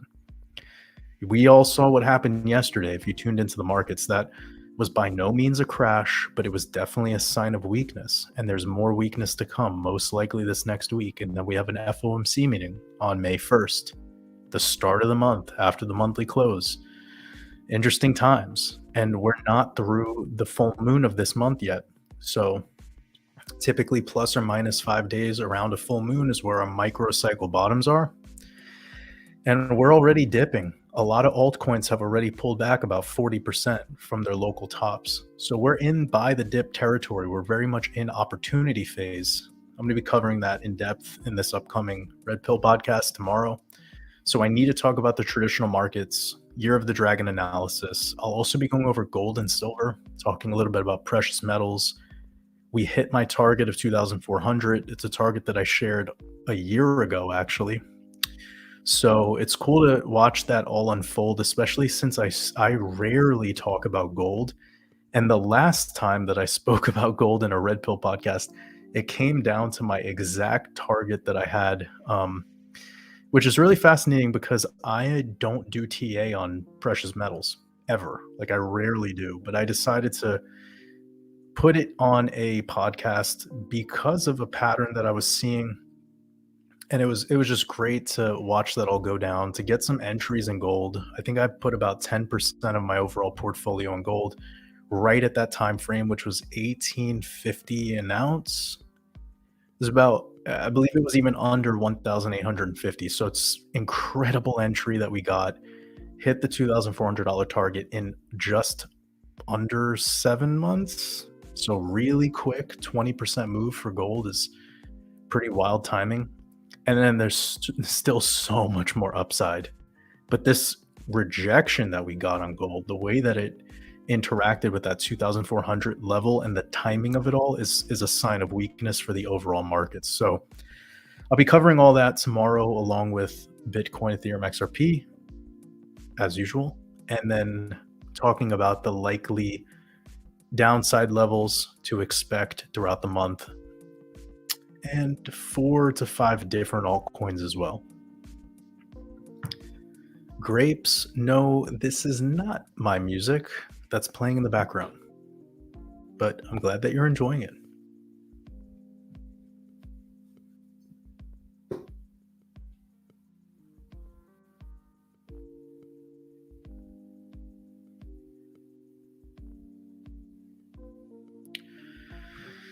Aquarian Godzilla says, how do we learn forgiveness?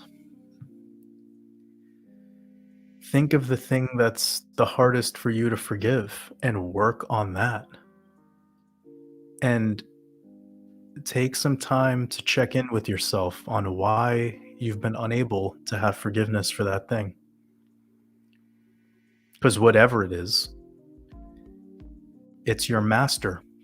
It's the thing that controls you. It's the thing that you are subordinate to. It's the thing that prevents you from tapping into your ultimate potential. And that's the only thing that you have to focus on letting go of. And that's how you learn something, by practicing it. Until then, there's no words I could share. There's no curriculum. There's no core. There's no information that's needed. There's just practice. But all I can say is when I did this, when I decided to give this a shot, wings sprouted from my back. I became the person I am today, and I started seeing this so-called reality in a whole different way. And I've talked about this publicly, so it's nothing that I've been hiding about my situation.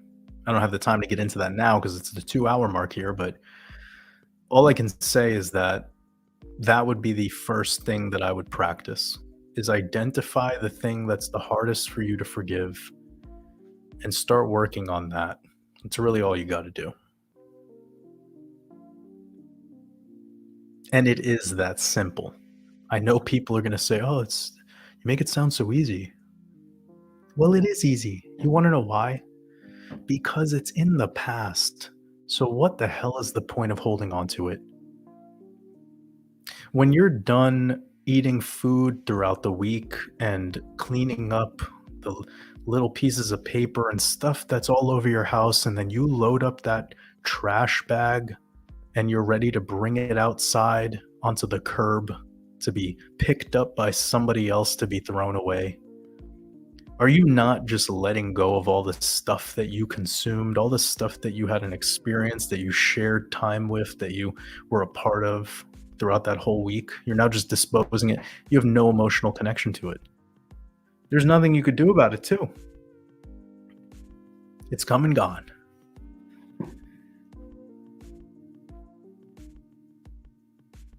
It is literally that easy. We make it harder than it has to be. We have such interesting levels of pride here where we feel like we deserve an apology. We deserve to be, you don't deserve shit. You don't deserve anything. The king doesn't wait for the crown. The king puts the crown on its own head. You don't deserve anything. Take action. Remind yourself this is a simulation. This is an opportunity for you to grow. And every time you're holding on to some event of the past, it's just keeping you there. You're not free. You're enslaved by that moment. And you make a choice to be. Hence why when you let go, hence why when you have forgiveness, you float. You start to levitate again. I get it too. There's traumatizing things that have happened to all of us. For sure. That is undeniable. But again, what can you do about the trash that you already brought to the curb that was taken away by the garbage man 4 weeks ago?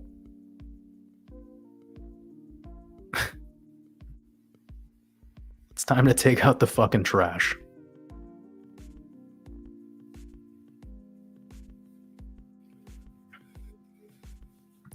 Adam Arias showing love to the wifey. Good man. Shout out to Sarah and Adam. I hope you guys are having an amazing weekend. Tina Paris, I appreciate you. Hope you're doing amazing.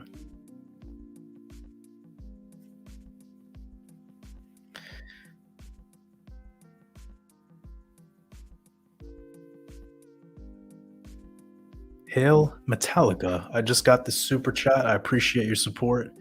You said when I was 12, my moped ran out of gas on my way home from a store during a thunderstorm. I was almost home and lightning struck a tree about 5 feet away, blew into pieces, learned to appreciate life and allow everything. Yeah, those like life or death moments, those are very fascinating how they interact with you and reorganizing priorities and reevaluating purpose and reevaluating like life and all the things that you have. Discomfort does the same thing to people. Like, let's just say you did get into an accident and you couldn't, you had two broken legs and you were in a wheelchair for like 3 months or whatever. I don't know. Like, if that kind of shit happened to you, you would start to be so grateful for just all the time you were able to walk, you know? But like for most, we're just walking around all day like it's nothing. You don't think about it. So there's so much to be grateful for. There's so much to tap into. I'm not trying to make this like a boohoo kind of thing, but yeah, what you're bringing up is interesting because it does take those glitches in the matrix, if you will, to become present. And when you become present, you see things for what they are. You see them for what they are, and it starts to unlock meaning, but also you start to allow it. And you almost have this sense that you're protected too. Like it is all good.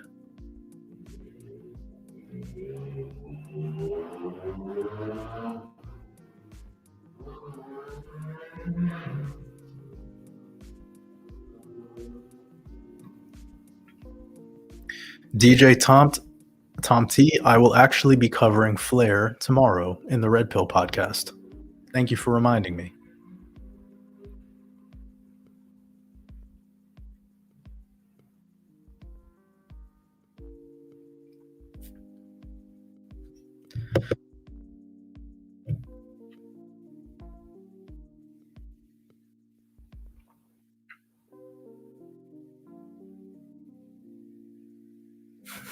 Dope, Tiffany.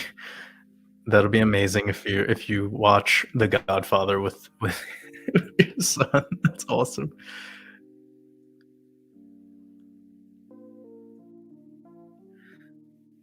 2 trades. I appreciate your super chat. I hope you're doing amazing. You said not sure if you answered this before, but what you do teach in your advanced trading course? I feel like you bring a lot of value. That really means a lot to me. So in regards to the advanced trading course, all I ask is that, and it's me trying to prevent making money. If anything, it's I don't want people who are unaware of basic technical analysis getting involved in this course. So when it comes to this advanced trading course, it's available at watersabove.com, and then you just go to this drop down menu, courses, advanced trading course. Yeah, the only thing is I don't want people who are brand new to TA getting into this without a little bit of understanding of these charts. And that's why I use the word advanced. But beyond that, it's not that crazy. Like it is short and sweet. It's only about 30 or so videos. And if you come over here, you could just press this buy now button and it's going to show you a drop down menu. So it's around 40 videos. You come down here, it'll tell you all of the course lessons that are in this. So you can just take a look on your own time. Also, when you press that buy now button, give you a little bit of an about and let you know what's going on. It's not crazy advanced. It's just I don't want the wrong person getting in on this. I want everyone to go in stages. And if you were to be brand new and just jump straight into this advanced trading course, you might not know what's going on. So the one thing that's really nice about this is it is quick, but it's a little bit more on the advanced side. So for those that have some basic awareness of the charts and how to read what's going on in like my YouTube videos, for instance, or if you're a Patreon supporter and you watch my Red Pill podcasts and you understand supports and resistances and some of this stuff, you're going to love this. One of the best parts of this course is I created these custom Wyckoff method schematics with a community member, Mike 440. I'm not sure if he's listening in, but he helped me bring that vision to life. And those you can print out if you wanted. And I know a lot of people who've taken that course have printed those out, laminated them, and then they do their decoding practices. Or sorry, they do their what is it called? Their TA warm-ups. And any decoding information they'll have going on the side at the same time. So it doesn't get too confusing. It doesn't feel like you're looking at all these different screens, you know?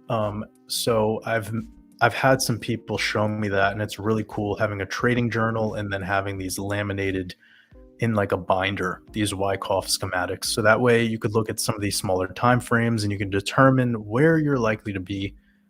That's a big thing that's being taught throughout that advanced trading course. What else?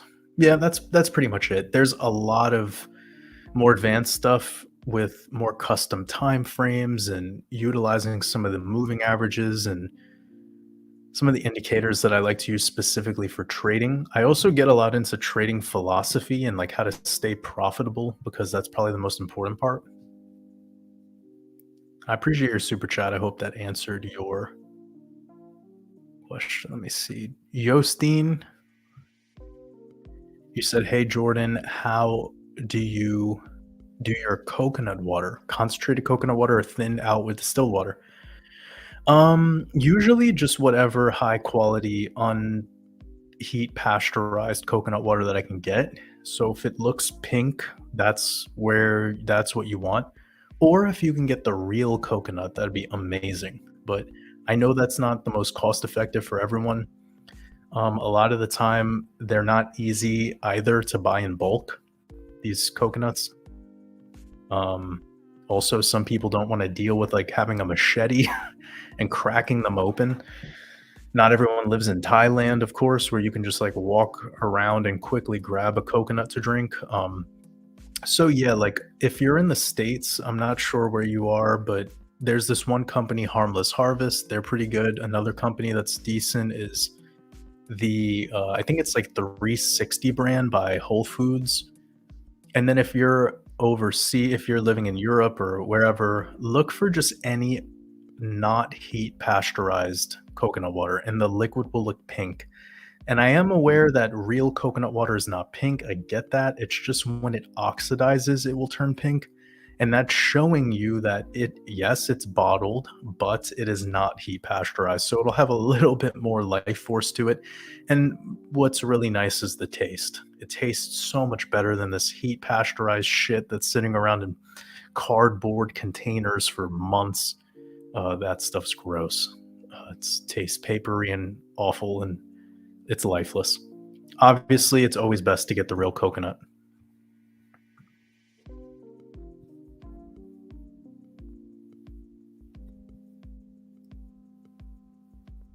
Smoker Club, I appreciate the super chat. Sending you lots of love, but I didn't see any questions. But appreciate you. Oh, I think this is your question. You're asking about dental, teeth health. Okay. I don't know the extent to which this problem is going on for you, but I'd highly recommend getting into oil pulling. You could oil pull with sesame oil. It's probably the best one to get. Cold pressed sesame oil. And there are companies out there that make oil pulling solutions that are like Ayurvedic companies that make oil pulling oils that have some infusions in them, like tea tree oil and clove extract and peppermint. And you could get more fancy if you want, but honestly, I had the best experience ever when I first got into oil pulling, just with high quality, unfiltered, cold pressed sesame oil. And you wanna do about 5 minutes straight of oil pulling with that at the beginning. Don't do this 30-minute, 25-minute shit, because what's happening is, especially when you already have bad teeth health and bad, your gums are bleeding often and, like, you have any issues there, gingivitis, and what you don't wanna be doing is excessively long oil pulling sessions. So the reason being is that you're pushing toxins back into the bloodstream again. You're pushing them out and then you're just recycling them back in. The goal is you want to release them into this oil that is in your mouth and then you want to spit that out, get rid of it. You want to detox from this. So that would be number one thing to do. Number two would be consider doing a long term juice fast. So doing like a 20-day juice fast. I know that sounds extreme, but that could be a game changer. I did this myself, and because you go so many days without masticating, without actually chewing foods, it allows for your teeth to rebuild and replenish itself, and the gums tighten, and you just get a lot more repair being done in an extended period of time without eating any cooked foods, without chewing. Um, Yeah, so those are probably the 2 things, and then if you could throw dry fasts in there, of course, because 'cause you're just gonna rebuild everything by doing a dry fast, but the last thing I would say is when you do eat, slosh your mouth with water after meals. Don't brush your teeth too often. Over-brushing is problematic. Just when you're immediately done eating, slosh water around your mouth, spit it out. Um, don't forget to do that. Just it'll clear all the food from your teeth, and it'll allow this whole process of what you're doing with oil pulling to be more beneficial overall. Hope this helps, brother.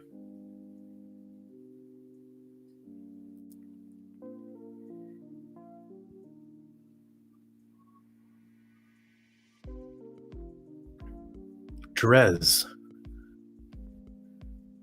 that means a lot to me. I appreciate you. You said I was hoping you'd be willing to do an XRP pair analysis sometime soon, if not now.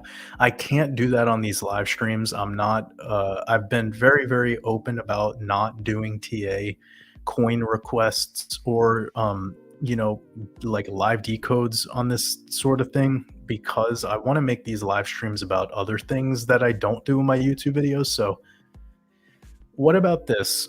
I will look into this particular chart and I'll see if I could squeeze it in a future video on YouTube. And I really appreciate your support, brother. I hope you're having a beautiful weekend. And yeah, just moving forward, it's not something that I do here on these live streams. I've done it a little bit in the past, but then what happens is once I allow one, then I get all of these super chats just for looking at charts, and then it derails the whole purpose, you know?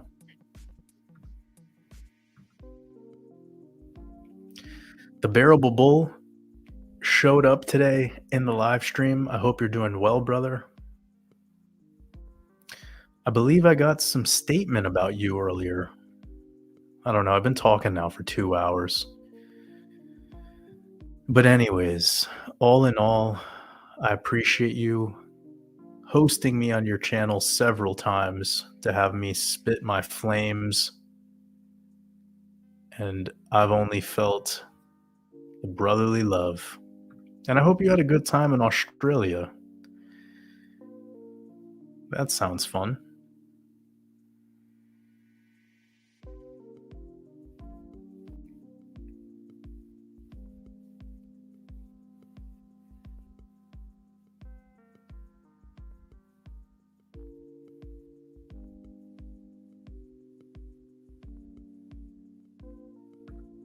Damn, Fox Mulder is running a business while listening to these live streams. I love that.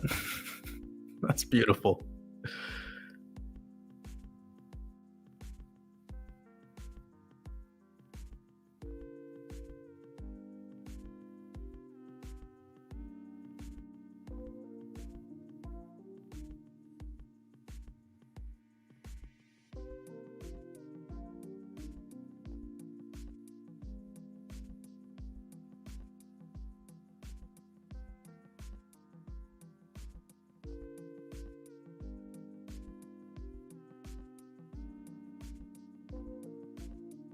I'm just getting through these questions and then we're going to wrap this up in a couple minutes. It's been great to hang out with you all for so long. Chris Topher said, if you're wondering what the mailman listens to, it's this. One day you're gonna be receiving mail from somebody and they're gonna be listening to a live stream and you're gonna go, whoa.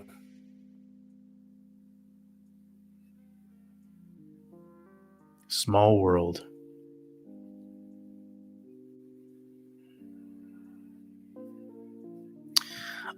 Peaceful gamer. This is very missing context. Yeah. Just blank sugar feeds cancer is completely nonsense. First of all, let's remind ourselves that white sugar was created by the Chinese as an antivenom. It was initially a medicine, it had a medicinal use.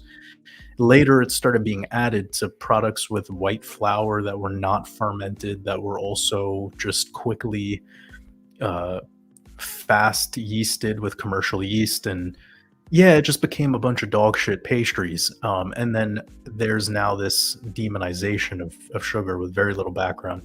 And there's different forms of sugar. Obviously, fructose is a lot different than high fructose corn syrup, and an orange is a lot different than orange juice from concentrate that's been frozen and then water added to it 6 months later. Like, it's just, yeah, like that concept of sugar causes cancer or feeds cancer, or any of this, it's cute, but it is very much under the agenda of getting people to just go with a statement without doing their own due diligence and research and realizing the way the human organism operates. And it also steers people away from the whole like fruit. And that's one of the most dangerous things you could ever do. And I know that might be controversial, and some people might be thinking that's, blasphemous to say, but fruit is the food of humans. That is what we are designed to eat. It is the food that heals. It's the food that regenerates. It's the food that gets you out of the inflammation cycle. So it gets you more alkaline. And if you consume too much of it, you're not going to go into alkalosis. You will stay balanced. So yeah, just blank the quote sugar feeds cancer. Yeah, it's a dangerous. But yeah, I think what you probably mean is like processed foods are feeding cancer. Processed foods. But sugar cane is incredibly hydrative, packed full of minerals and micronutrients. It's fucking liquid gold.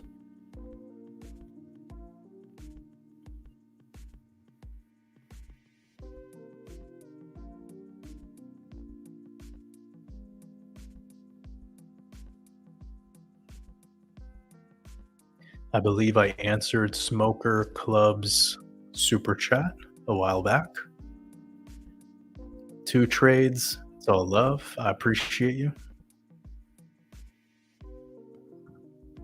Bella Love says Harmless Harvest. It's so delicious. I do really like Harmless Harvest, but I gotta admit it's a big brand now. It's very popular. I can't vouch for it having the highest quality, but I do think that it's a lot better than most coconut water brands out there. My big gripe with Harmless Harvest is if you order a case of it, it's frozen. And like that's bullshit. Like they freeze it all. So I'm like, okay, you don't do heat pasteurization, but then you still freeze it. And I don't, yeah, that's the one thing I don't like. Just being real.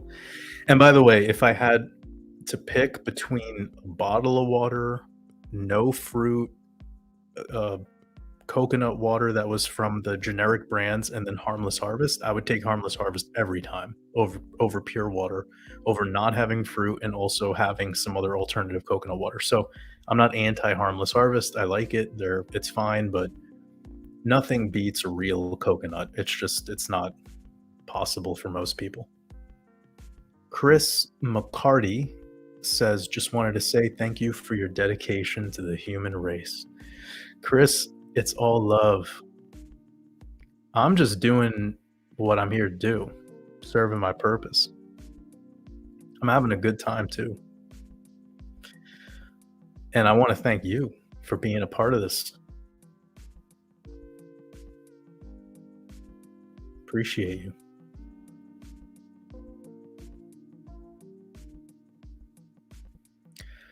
Yeah, okay. I'm glad that I got smoker clubs. I was making sure that I got around to that because it was just a little bit much in the chat, and I always make sure to cover as many, if not every single super chat that I get. Anyone that sent a super today, I really appreciate your support.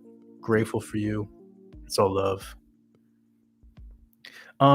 Coconut oil is fine for oil pulling. I'm not against coconut oil for oil pulling. I think coconut oil is best for that, but not the best. So I would pick coconut oil over olive oil for oil pulling, but sesame oil I still think is superior. So what happens, A1, is a lot of these Ayurvedic companies, they do a blend. They'll blend coconut oil with sesame oil, but you don't usually know unless they're very transparent if they're cold pressed. So it just why worry about the processing when you could sorry, what I meant to say is why worry about buying some pre-made um thing when you could just get direct like the highest quality oil you possibly can, right? So I've tried this Ayurvedic mix where they put the peppermint extract and the clove and the ashwagandha and ginger and all these other herbs and roots. It's fine, but yeah, you can tell it's not quality as high quality as just buying pure sesame oil cold pressed. That's in my opinion, that's the way.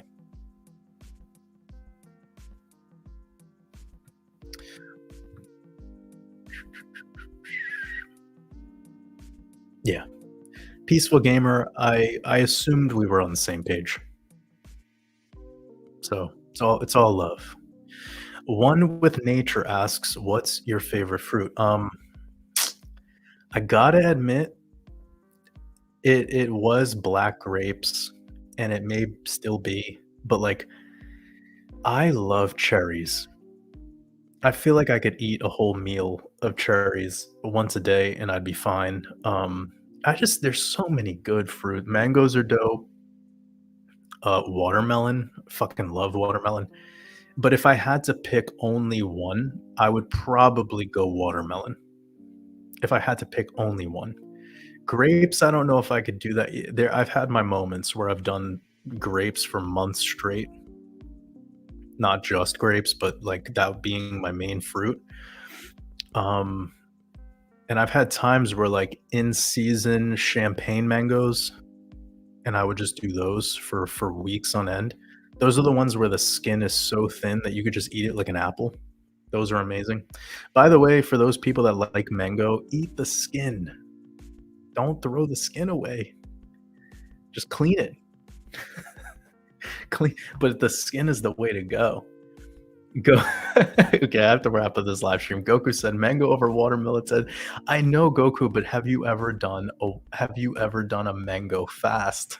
Like Goku, I want you to promise me now you will eat nothing but mangoes for the next 20 days. And then you tell me at day 20 that you really like for whatever reason, watermelon is like I think tough to get sick of. It's like really high quality mangoes are so sugary, like I burned out on those. The same thing with the grapes. Like I could burn out on those, but watermelon, it's a little bit more balanced, a little bit more hydrative. Yeah, I'm just having fun with you. We have to wrap this up. Yes, Ezekiel, you could eat the skin of the mangoes for sure. That would be the only way I could eat large sums of mangoes because it's more balanced to have some bitterness. I appreciate you guys. We got about 500 people hanging out with us to the end. We talked about the market a little bit in the beginning. We covered so many different topics today over the past 2.5 hours. I appreciate every single one of you. I'll be catching some of you tomorrow on the new Red Pill podcast. It'll be available at patreon.com/watersabove. Available around this time tomorrow. I'll be going over the traditional markets. So that's the NASDAQ, S&P 500, Dow Jones, as well as Bitcoin, Ethereum, XRP. I have a really interesting XRP chart to revisit because of some retests at support, so we'll have to talk about that. Got about 4 different altcoins I'm adding to the mix, as well as gold and silver, so we'll be covering precious metals as well. It's a packed episode. We're going to be talking about this upcoming week in the markets, and then the recap of everything that went down in this past trading week, with gold doing this big move followed by the rejection, JP Morgan effectively looking like it's crashing, lots of issues in the traditional markets, and we're still having these big billionaires cashing out.